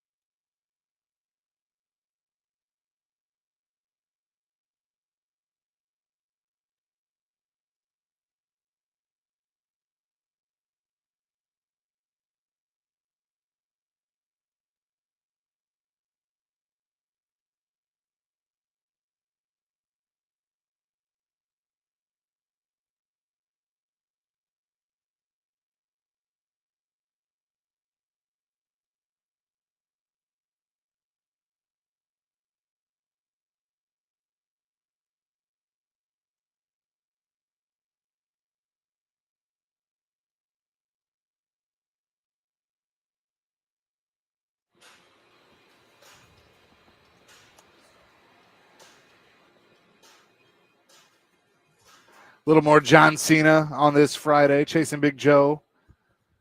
102.5 The Game here at Duncan in Mount Juliet. 2234 North Mount Juliet Road. You can come out with a stuffed toy and drop that off for the Nashville Children's Alliance. I mean, our bin is overflowing. We've got a secondary trash bag now. It's been really cool to see. I just put a picture out on Twitter at Chase on Game. Special thanks to the Metro Nashville Police Department, the Catalano Group, the Bluemont Group, Family Leisure, Thompson Machinery, Richmar Florist, Right Time HVAC, and Relodyne for all their support on this. Kenny the Mailman has called in and has a Javon Curse story. What's up, Kenny? I absolutely do. Y'all have never heard this, but first, please, whatever you have to do, once a week, have Kevin Ingram on. If you want to talk about Vandy, that's fine, but I'd live to hear his impression. Oh, they're good, man. Yeah, y'all had me rolling the other day. He is great, so please have him on more. Listen, when Javon Kurtz lived in Nashville, he lived on my route the whole time he lived here, and he was very, very nice. And I don't know if y'all got to meet him. You'd think back, that's over 30 years ago now. And my father gave me advice, always shake a man's hand firmly, say yes, sir, and no, sir, and look people right in the eye when you talk to them. You think that's good advice, right? Yep. Right. It almost got me killed. Javon Curse, he was like one walking muscle. He was the most intimidating person I've ever seen. Right. And plus, there wasn't an ounce of fat on him. It's like if you made him mad, you couldn't run away and you couldn't get away from him. So in my mind, it's like never make Javon Curse mad. So I was helping him with his change of address. And a lot of players aren't like they are now, where they've been interviewed all the time. When he first got here, he was sort of shy, wasn't he, Joe? He was. Yeah, and it was a whole new world for him. Yeah, I was helping him filling it out. He had this thing where he wouldn't look you in the eye when you talked to him. He'd either look down or away. So I would talk to him, and he would look down. So I sort of bent down to look up at him, to look right in his eyes. And then he sort of turned his head away, and so I took 2 steps around him and looked in his eyes again from the side. And he yelled at me, "What are you doing?" Scared the death out of me. I said, "Nothing, Mr. Curse. I'm not doing anything at all." So, sometimes you get advice, and 90% of the time it is good. But I learned, don't look Javon Curse in the eye and don't try to squeeze his hand when you shake it. Right. Because he squeezed my hand, and it was like those cartoons where your hand goes, wah, wah, wah. I get it. That's big time. But literally, he was one of the nicest people you'll ever meet. He was almost sort of like a country guy when he got here. Y'all have a great day. All right, Bubba. Thank you. Appreciate it. Kenny the Mailman, always big always good. Let's talk a little bit more about what we have been doing this week with the Nashville Children's Alliance. Meredith is with us. We talked to you earlier this week, but look, we've got the bin right now here in Mount Juliet, Meredith, and it's overflowing with stuffed toys, and I know you all have to love that at NCA. Oh, it's amazing to see. We've been getting updates throughout the week, and it is such a treat. Our kiddos are going to be so thrilled and have so many amazing options. Yeah, and I mean, when we asked you earlier this week of just, with all these kids go through, just the smile on their faces when they see that toy for the first time, I know has to just warm your heart. It is. It means so much to these children. They are coming to our office after experiencing severe trauma, and to be able to empower them by letting them choose a stuffed animal, anyone that they want from our giant wall of stuffed animals. One, it's our way of empowering them when they've had their choice taken from them, but also it's such a source of comfort. We've had kiddos come back from break with their stuffed animals in tow. It's a treat for us to be able to provide these for the kiddos. We're talking to Meredith Luckett with the Nashville Children's Alliance. The Meredith, the toy drive ends for us today, right, with our Duncan location, but that does not mean it's over for all. How can people find out more information about you guys and can still drop off toys if needed? Absolutely. People can always go to our website. It's NashvilleChildren'sAlliance.org, and check out different ways to support what we do and reach out to us through the Contact Us tab. We always invite people to come out and take a tour and learn more about the important work that we're doing in partnership with the police department. and DCS, the DA's office, all these different agencies that are working to protect children. Meredith, we had somebody contact us this week who talked about how you guys have basically not saved his daughter, but made her daughter have worth with the free therapy you guys offer and everything. So I got to think it feels wonderful when you hear stories like that of the impact you guys are having. It's the most wonderful dream job you could possibly have, to work somewhere where we are bringing hope and justice to children who need it. And to be able to provide all of the services that we do for free, it's amazing. There's nothing like it. Well, you guys are angels on earth, and we appreciate what you guys, the partnership this week. We're a very, very, very small part of what you guys do, and so we're honored with that. So I love to see the toys, everything, just the bins overflowing. Now, the kids get to pick the toy. Is that what you said earlier? They do. They have the option. We have an entire wall. When you guys come out to tour the office, I'll show you the wall. It's the first thing they see, and they get to pick any stuffed animal they want from that wall. Oh, that's beautiful. That is fantastic. Meredith Luckett from Nashville Children's Alliance. Meredith, thank you so much, and we look forward to continue to do great things together.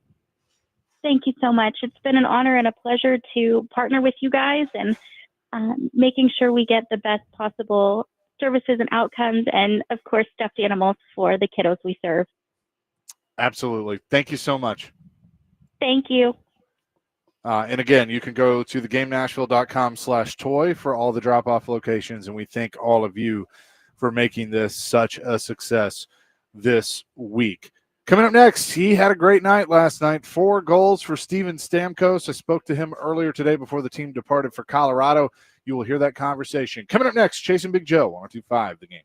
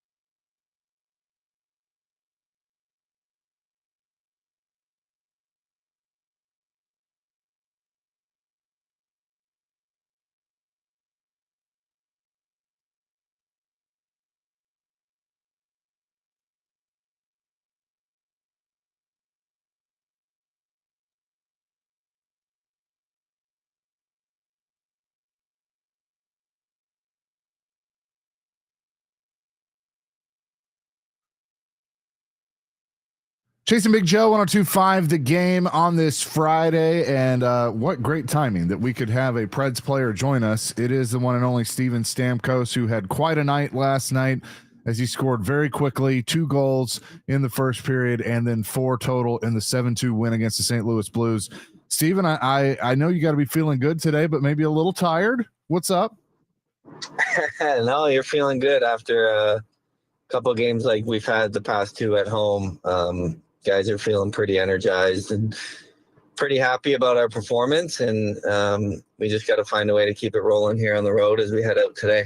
You mentioned the last 2 games, but I really feel like it's been the last couple of weeks that we have seen more of what you guys know you can be, and I've heard you guys actually say that since you got back from Sweden. I feel like the play has gotten more to your standard. Is that a fair statement? Yeah, I'd say that's fair. I think sometimes even a trip like that can have an effect on the season. I know we had a blast over there in Stockholm, and it was really cool for us to go over there and play in front of, friends and family of Phil and Willie, and to get a win there and come back and feel a little bit better about our game. And it just kind of boiled down to, it was at a point of the season where we needed to start putting some good games together and kind of stay alive in this playoff race. And I think guys realized that pretty quickly, that, you can't make the playoffs, after 30 games, but you can certainly put yourself in a tough position to make it. And we put ourselves in a much better position than we were, 10 games ago. And that was the goal. And now we've got to find a way, like I just said, to continue that. Talking with Steven Stamkos, and I'll ask this more with your game personally and also the game of the team as a whole, because we're seeing you score more. We're seeing Phil, we're seeing Ryan O'Reilly. I mean, other guys that's what Marcia show what you guys do. Is it more that something has changed, or is it you guys stuck with it, and by sticking with it, almost like a pitcher in baseball, you work through whatever was going on, and now the puck's going in the back of the net?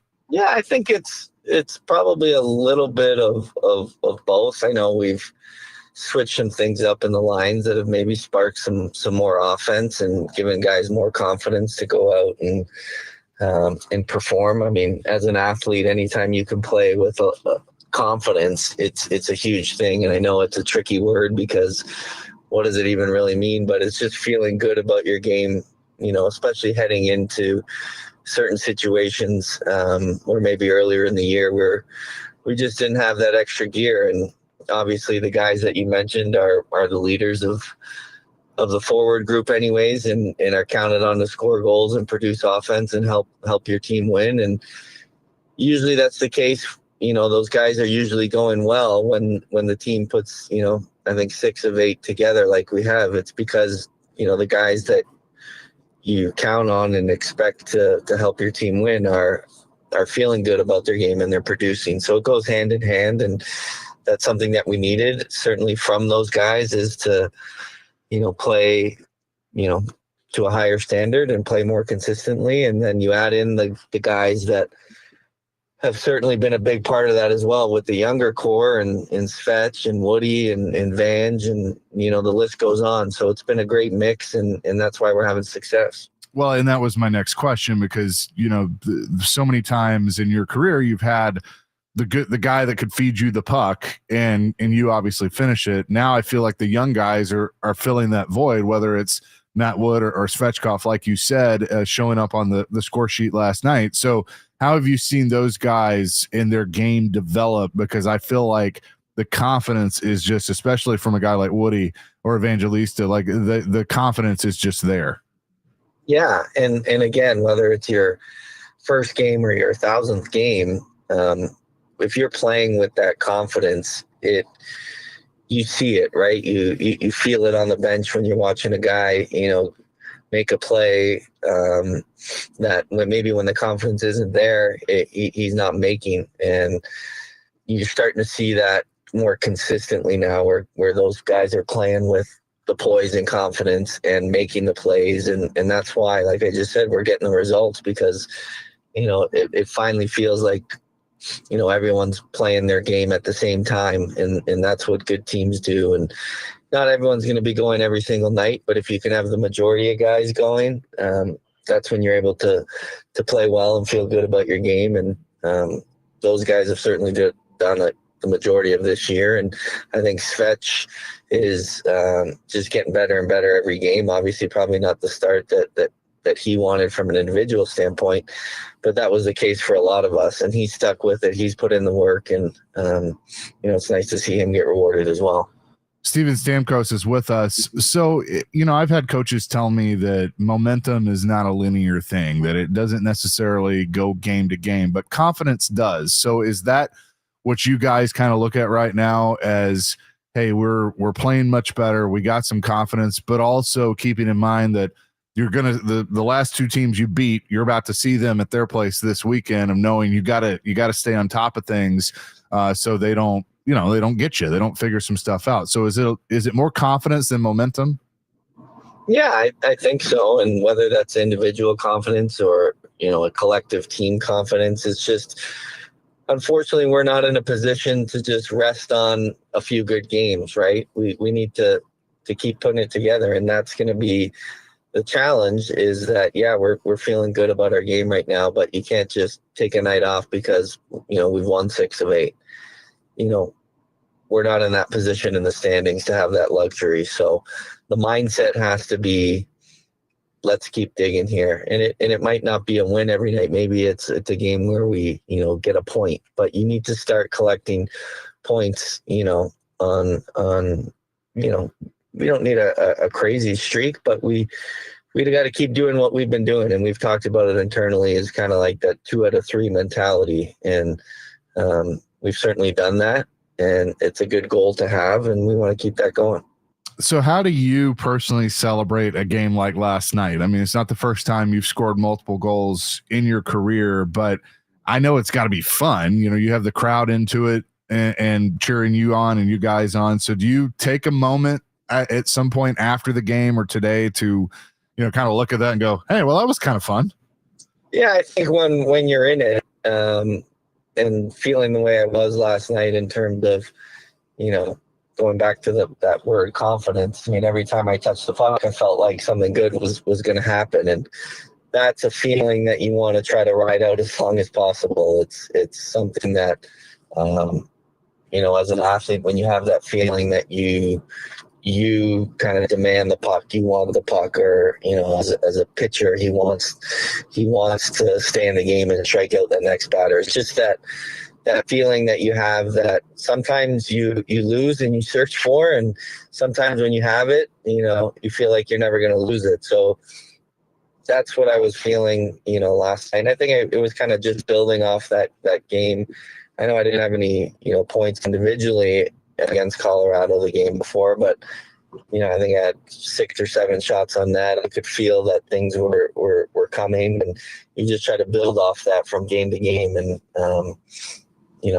but when you score 4 goals in an NHL game, it's tough not to crack a smile on the ice. And I think you saw that from my reaction after the 4th goal, where it just felt like the puck's following you around tonight because you're in the right spots and you're getting to areas that you need to get to. And it was certainly a great feeling.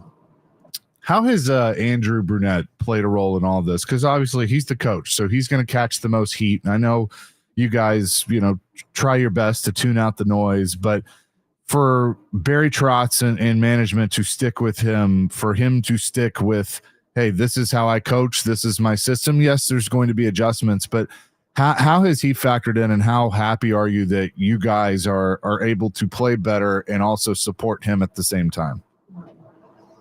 Yeah, I think it was like we talked about earlier. We felt like we had more to give as players at the beginning of the season, and for whatever reason, it wasn't going. But, I talked about it last night, and after, someone asked me a question, and I said, you got to show up to the rink every day, no matter what, and put your best foot forward. And that's what Bruno does, and that's what our coaching staff does. Whether we lose 7-2 or we win 7-2, at the end of the day, you got to come in, you got to do your work. And for them, that's a ton of video to get us ready and prepared for games. And once the game starts, I mean, it's up to the players to go out there and execute. They put the plan in place, but they can't go out and play for us. So, like you mentioned, when things aren't going well, obviously the coach, usually gets the most heat because that's just the way our sport is. That's the way sports in general is. But he certainly hasn't lost the faith of the players. And I think that's the most important thing, is that you can rely on your coach and your coaching staff to continue to prepare you no matter the situation. And it's like a player. I mean, when things aren't going well, you can't be just, pouting and giving up and, not enjoying what you're doing, because it usually goes the other way when that happens. So I think collectively as a group, from the coaching staff to the players, we found something, and we're just trying to keep that going right now in terms of the success we've had in wins. And at the end of the day, you can't rest on that. Like I mentioned, it's 30 games into the season. We're still not in a playoff spot. We're not in the position that we wanted to be in, but we're getting close, and we have to keep going. Well, it's fun to watch right now, and good luck on this road trip to Colorado and St. Louis. Hopefully you guys can keep it going, but I appreciate the time today. It's good to catch up with you. And again, congratulations on last night and the run as of late. Yeah, thank you. Thanks for having me. Good talking to you. And that is Steven Stamkos, a 4-goal night for him in the 7-2 win over the St. Louis Blues. They'll hit the road for a 2-game road trip starting tomorrow night in Colorado. We'll have more coming up next from Duncan in Mount Juliet. It's Chasing Big Joe, 102.5 The Game.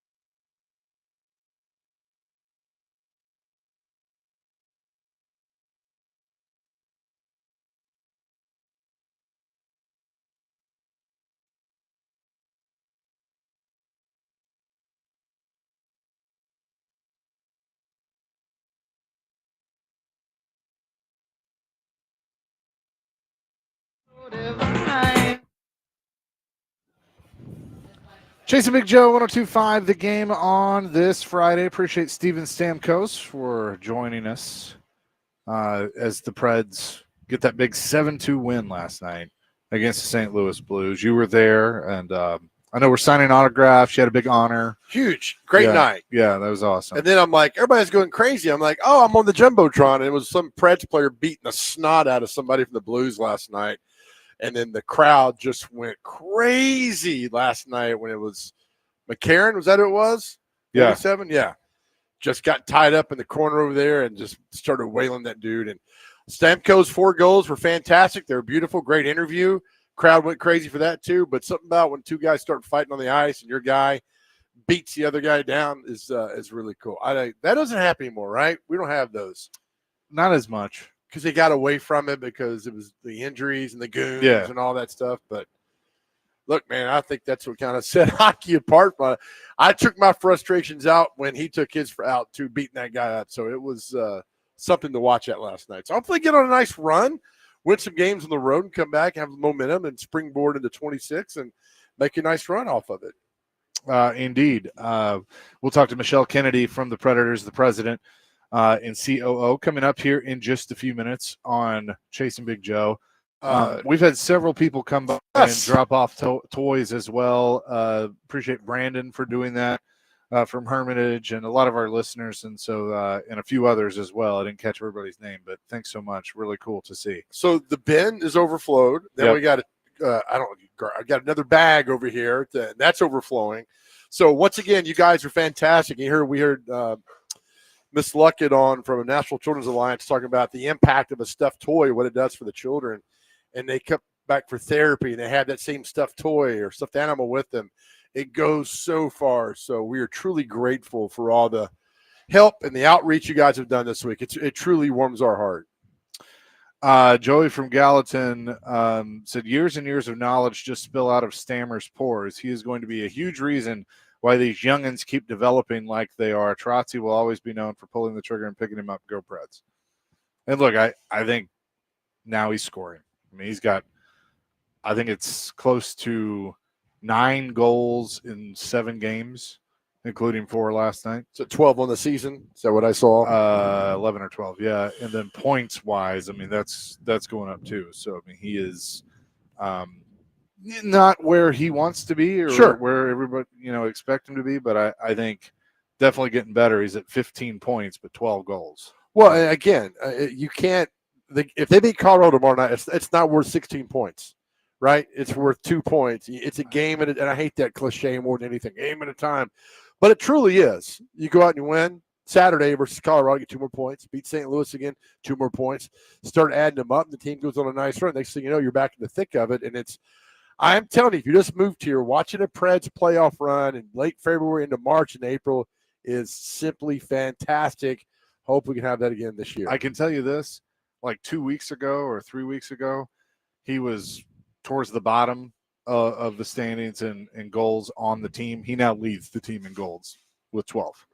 Good. So that's how much it can change. It's like you look at the stats for years for this hockey team. Nobody ever made the top 5. Right. There's not goal Pekka did for goalie and saves for so many years, but like offensive wise, there was never anybody there. So it'd be good to see a Preds player once they can crack that top 5. Yep, 100%. What's going to happen tomorrow night?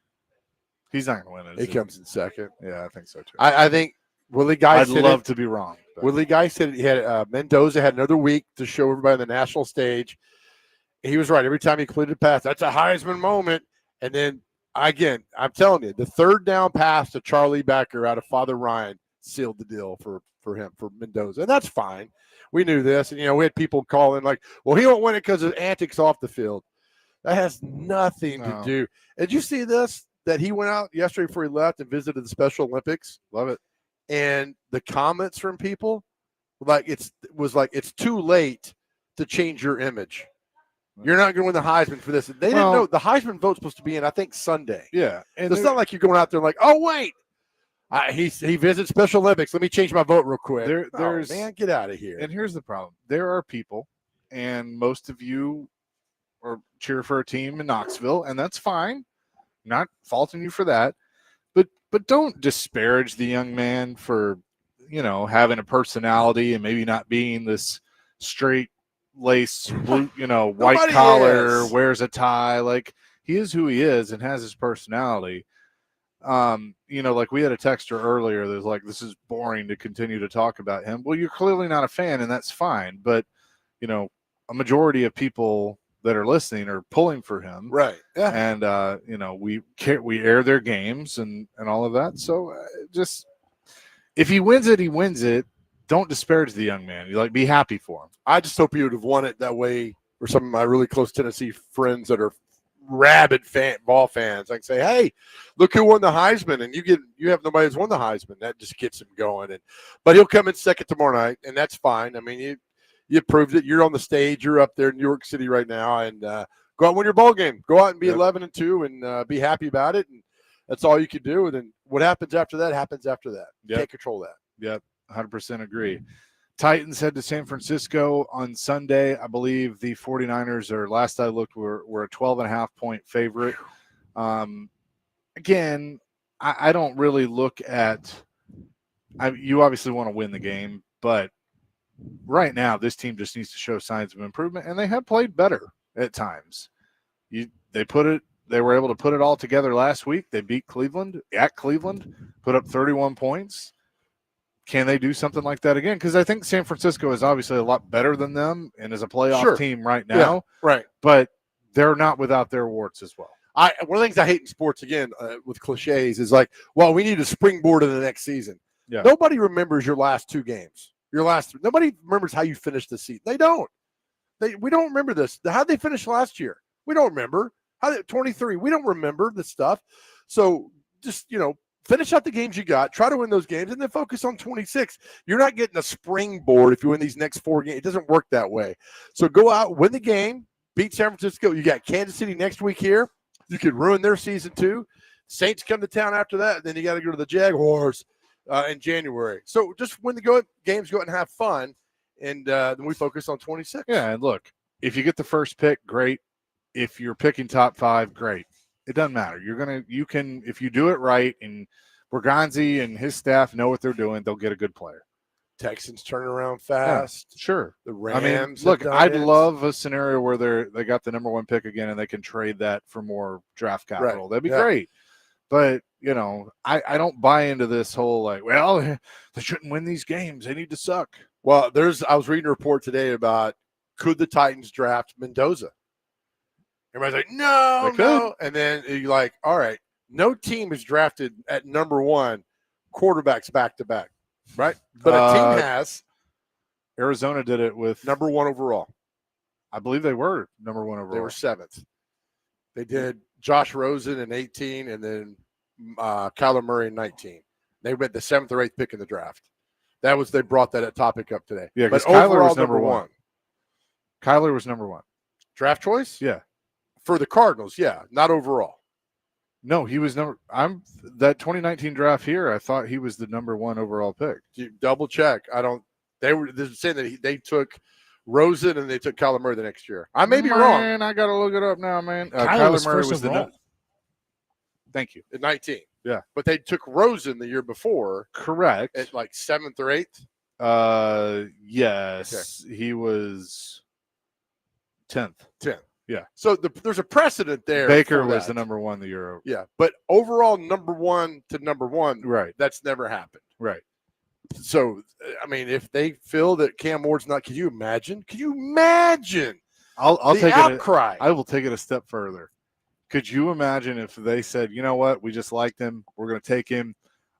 This is an open competition between Mendoza, Ward, and Levis. Love it. The chaos that would ensue would be absolutely wonderful. It would be. It'd be like the Browns this year with all their 19 quarterbacks. Have all those guys going at it. But if it did, my goodness, because Mendoza's moving up the charts really, really, really fast. And he'll be probably a Heisman Trophy winner. Yep. 615-737-1025. Coming up next, we'll talk to Michelle Kennedy, the president and COO of the Nashville Predators. That is all ahead live from Duncan in Mount Juliet, 102.5 The Game.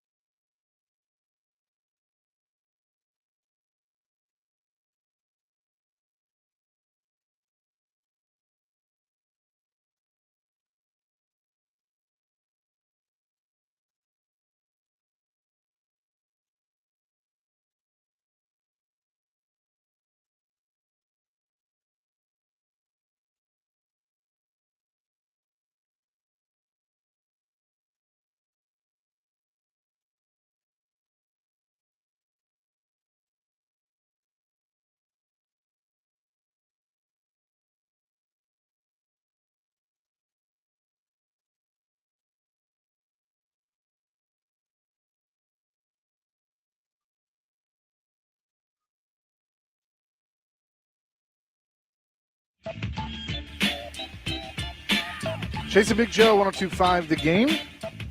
Here on this Friday, Predators win last night 7-2 at Bridgestone Arena.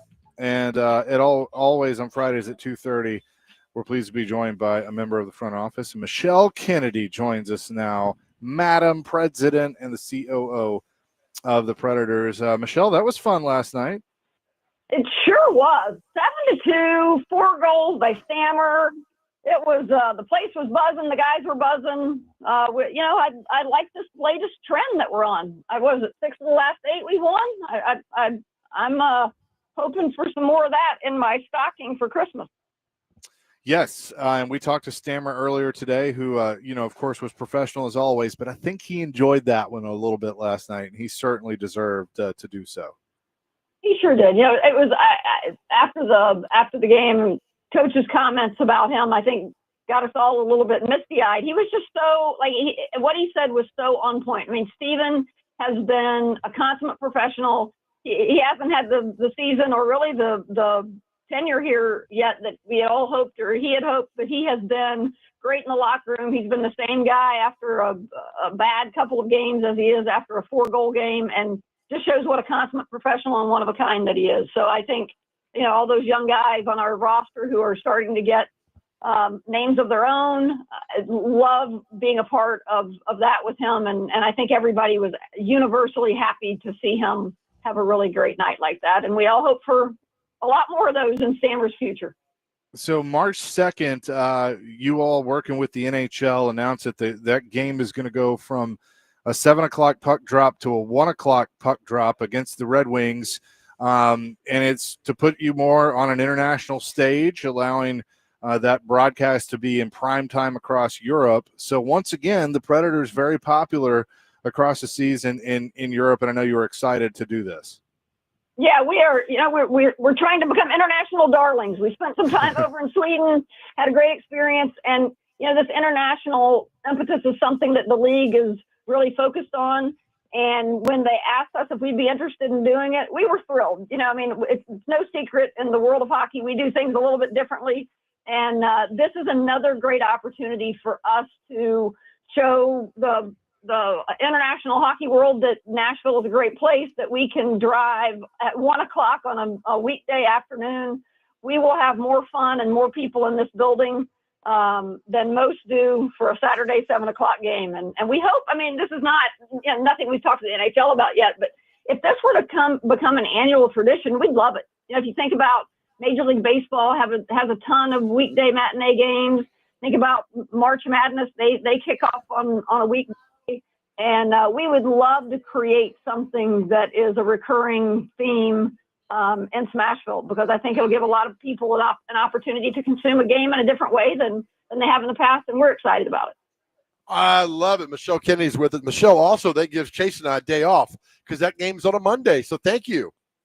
That's right. And what we're doing? We're issuing to everybody in Smashville what we're calling PTO. Everybody gets PTO, but it's Pred's time off. Everybody needs to take some PTO to come out here and catch some matinee hockey. I hope that, we're talking to a lot of our partners. It gives local businesses a chance to catch a day game with their employees and colleagues, and we'll have some great ticket packages to incent people to do that. We're going to have some other incentives. We'll have some food and beverage specials. First 10,000 fans will receive a Preds branded baseball jersey. It's part of that Smashville Sports Series that we have. So it's going to be fun. Something that a lot of teams probably would have passed on. We were really excited about, because it's just our chance to do something our way, a little bit differently, and to show people how fun something a little out of the ordinary can be. I love it. I know it's still a week away, but look, next weekend you have Toronto coming to town. So all of Canada is going to be focused on Nashville. And then next Sunday, the New York Rangers come to town. I can't think of a better back-to-back hockey weekend ever for the Nashville Predators the next weekend with Toronto and the Rangers. You got us. I know it's still a week out, Michelle, but that's great. I'd be over the moon excited already about that. Yeah, it is a great back-to-back to sort of send us into a little bit of a Christmas respite, at least for home games. And, in the spirit of giving, as this is the season, we're going to be giving the first 10,000 fans of the Toronto game an ugly sweater, and the first 10,000 fans coming to the New York Rangers game will receive a beanie. So if you want to get ready for your holiday party on the 22nd, come on the 20th and get yourself a sweater. 21st and get yourself a beanie, and you are ready for the rest of the Christmas season. Oh, I love it. That's so good. I really, if you're even the smallest of a hockey fan or a sports fan, that's a great 2 blue bloods coming into Bridgestone back to back is wonderful. Great job. Yes, they'll be very satisfying wins when we get them. Yes. Michelle Kennedy is with us. Are you going to Nate Bargatze this weekend? I am. We're smiling today because we had a great game last night, and we're going to keep laughing through the weekend. We've got Nate here for 3 shows. He'll be here tonight to kick it off. Got 1 tomorrow afternoon and 1 tomorrow night. We have sold nearly 50,000 tickets, and the odds makers are looking at whether we're going to break another attendance record tonight or tomorrow night. Well, that would be awesome to do that. Is he required to wear Preds gold, or do you just kind of leave that up to him? We're going to leave it up to him, but he's a smart man. He knows that he knows that Diego is on the big stage on Saturday, and that we need to anchor down and send some Commodore love that way. So I would be shocked if we didn't see. I did not get to approve his wardrobe, but I'd be shocked if we don't see some indication of Vanderbilt and what he's wearing. Absolutely. So I'm curious about this. All right, there's a show at 3 and 1 at 7. How quick do you need the turnaround? Right? I mean, you got to take the cleaning crew in there and clean out my popcorn at 3 o'clock, and then, I mean, I find how hard you guys work fascinating, Michelle. We are old pros at this, Joe. This is like worlds of time. If you think about SEC and the brush back between those sessions, sometimes we have 10 or 15 minutes to get this place clean, and we'll do it again. This is all in a day's work here at Bridgestone Arena.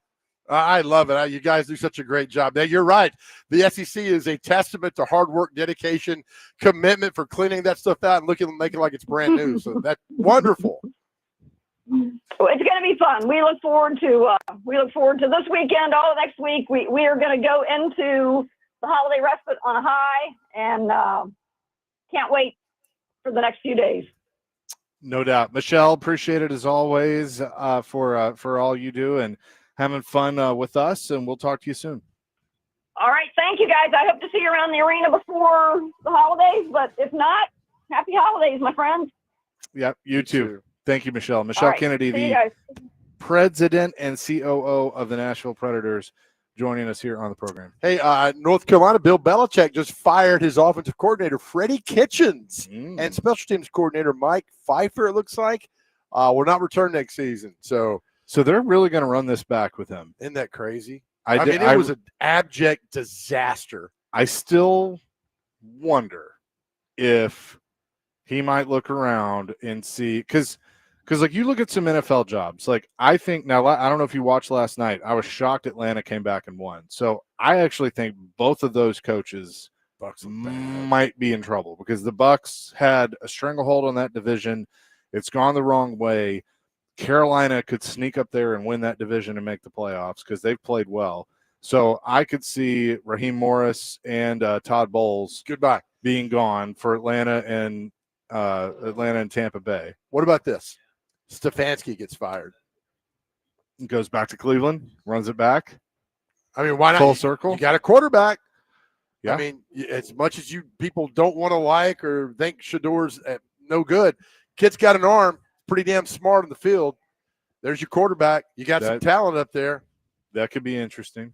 I mean, great. What a great shot in the arm that'd be for Cleveland and Haslam and everybody. And he does it perfectly because he could do that, and then Steve takes over North Carolina because that's in the contract.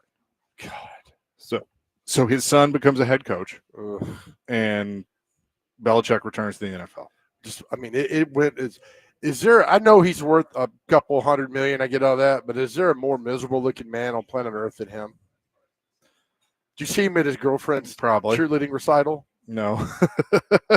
Dr. Crane, I know you saw those pictures. He looked awful. He looked Which pictures? Bill Belichick at his girlfriend's cheerleading she coaches a cheerleading squad. They had a event in North Carolina, and he was in the crowd. Bless his heart.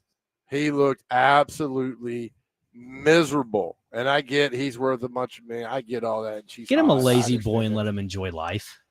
Right? Isn't that? But isn't no, that- I think it's his. I think it's his choice. what was the thing we were laughing about with Saban when he was in his lazy boy? Oh yeah, His wife yelled at him. yeah. For his birthday, like Yeah. sit up, Saban sitting in a lazy boy with the remote being control. with the clicker, being grandpa. Which is yes, great. I'm like, that's what we want right there. That's right. to get to that point. Real quick. I'm going to name the team, and you tell me fired or no. Okay.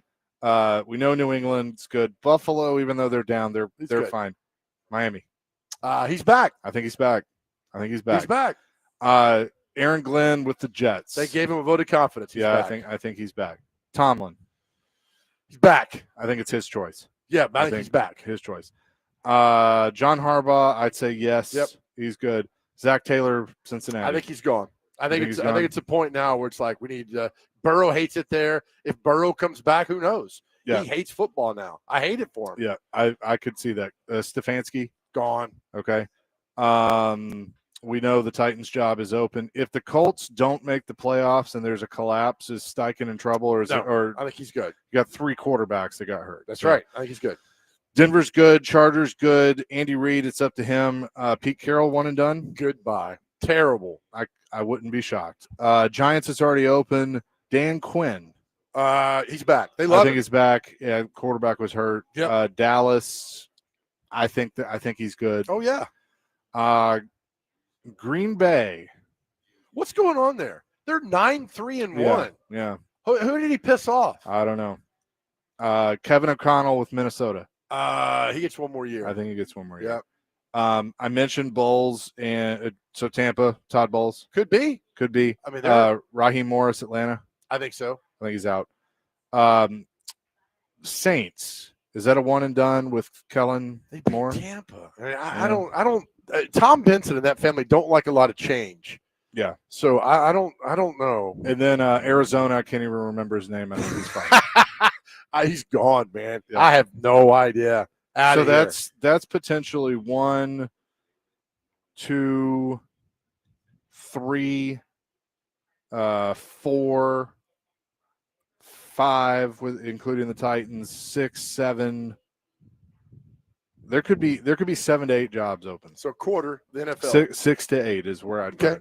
Usually about the same quarter Yep. of the NFL. Yep, something like that. We'll come back with what day is it and celebrity birthdays. Chasing Big Joe live from Duncan in Mount Juliet. Again, you can come by and drop off some toys. Haley from 1029 The Buzz is going to be here, 2234 North Mount Juliet Road here in Mount Juliet, 1025 The Game.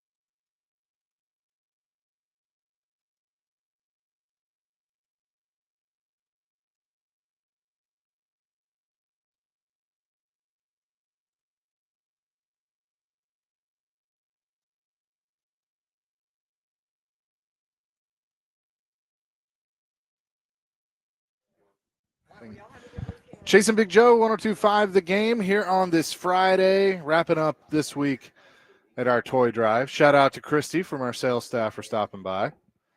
And all of you that have brought toys. I mean, we got 2 bags full, the bin's full. We got them under the tree now. It's great. This is fantastic. And our man Doug is back with Doug's more. here. Doug, all right. No, Doug, be quiet. I'm all. Doug rocking the Doug's Nashville working. Super Speedway hat. I like that. So shout out. That's where you work there? Doug Nice. works there. Okay. I should know that. You should know that.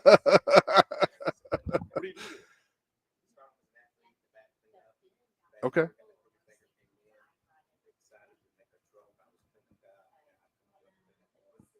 Yeah, nice. He works Nice. hard. He does. Not works sure hard what for all the he money. does over there, but he works hard for the money. He sure does. With that, let's get to what day is it and celebrity birthdays.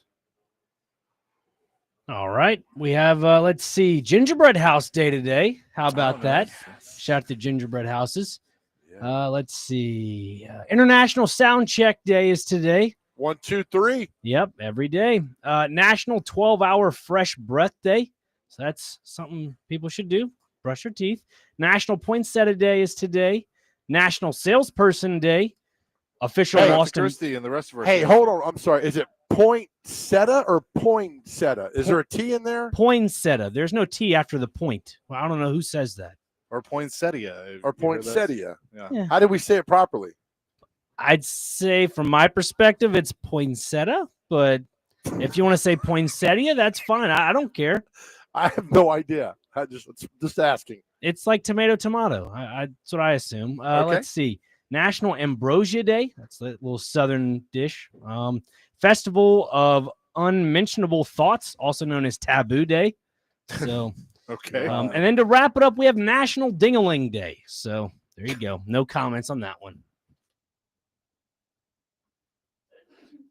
So just make it National Chuck Berry Day.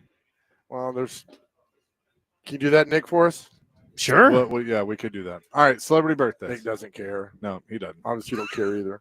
I All don't. right, I care about it. All right, here we go. Celebrity birthdays. Get these within 2. Chase, you go first today. How old is Bob Pettit? Basketball player Bob Pettit. 74. 77. 93. Cool. Dr. Crane, how old is Emerson Fittipaldi? Sounds like a fellow paisano. I'm going to go 62. He's a race car driver, right? Yes. I should know this. IndyCar. Yeah. I can't remember if he's the Fittipaldi. grandfather or the one that's racing now. Pretty sure it is. It's not like, Smith. Yeah. 77. 79. Chase on the board, 1-0. Chase, you're up now. Kathy Rigby. You know what she's famous for? 2 things. Sure don't. Gymnast and tampon commercials. Okay. 57. 50. 73. Dr. Crane. Tennis player Tracy Austin. 49. 61. 63. Chase, you're up 2-0. Next, one of my all-time favorite football receivers because of fantasy football. The great Haywood Jeffries' birthday is today. Chase, how old's Haywood Jeffries? Former Oiler, right? Yes. Run and shoot. I'm going to say 63. 67. 61. 3-0. I like this slow beat down. Dr. Crane, Hall of Fame defensive tackle John Randolph, the Minnesota Vikings. 60. That's what I was going to say. 57. 58. 4-0. Chaser. Loving it. Chase, actress Jennifer Connelly. 42. 44. 55. Dr. Crane, Blossom Mian Bialik. All right. Mayim It's Bialik. okay. No, don't hurt yourself, Joe. You're good. I'm going to go 53. 43. 50. Chase McCabe, how old's Dionne Warwick? She knows the way to San Jose. 62. 60. 83.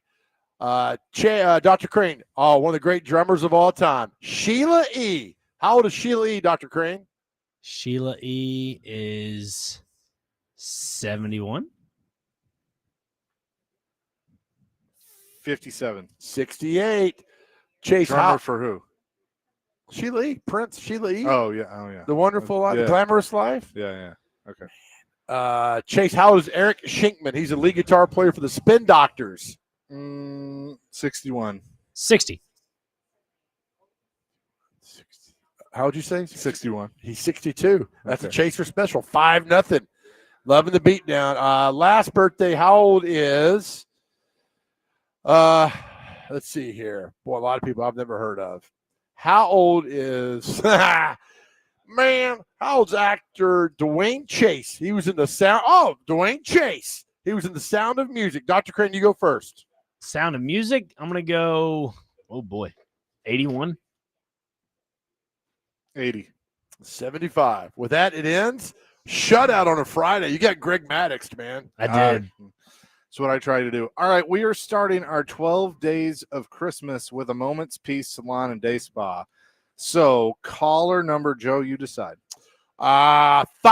Caller number 5 at 615-737-1025. You'll win a $100 gift card for a Moment's Peace located at 9050 Carruthers Parkway in Franklin. You will also be qualified to win the grand prize of $1,000 Genesis Diamonds gift card. So 615-737-1025, caller number 5. That's how we end the show. Love it. today. Love it. Caller 5. Again, our message, it's a Friday. Hey, this weekend, go out and do something special for yourself. It's not selfish. It's deserving. You work hard. It's some days you have a rough day, and you need to reward yourself, all right? So make it about you. It's not selfish. It's deserving. We tell you all the time to keep asking God for opportunities. Find the gratitude in life. If you need to talk to somebody, please reach out and talk to us. Again, I tell you, you are powerful. You are absolutely powerful. And there are people in this world, when they think about you, they smile. You light up a room when you walk in there. Please know that.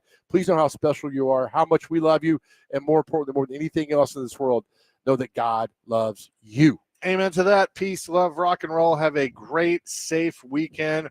Diego, we're cheering for you. Come on, baby. We hope it happens. It would be so cool. As a Vanderbilt fan, and obviously as the station that carries the games, it would be awesome to be able to say the Heisman Trophy winner from Vanderbilt, Diego Pavia. But we will see Army-Navy's tomorrow too, right? It is. Yep. So that'll be fun watching that. And also the Titans in San Francisco. It's a full sports weekend as well. But I appreciate Duncan for having us at their different locations this week. Again, if you're out in the Mount Juliet area, a lot of you have come by. Haley from the Buzz will be here until 6 o'clock, so you can still come by and drop off some toys, or go to thegamenashville.com/toy for more information on that. But that is going to do it for us. Stick around. Don't go anywhere. DVD coming your way next here on 102.5 The Game.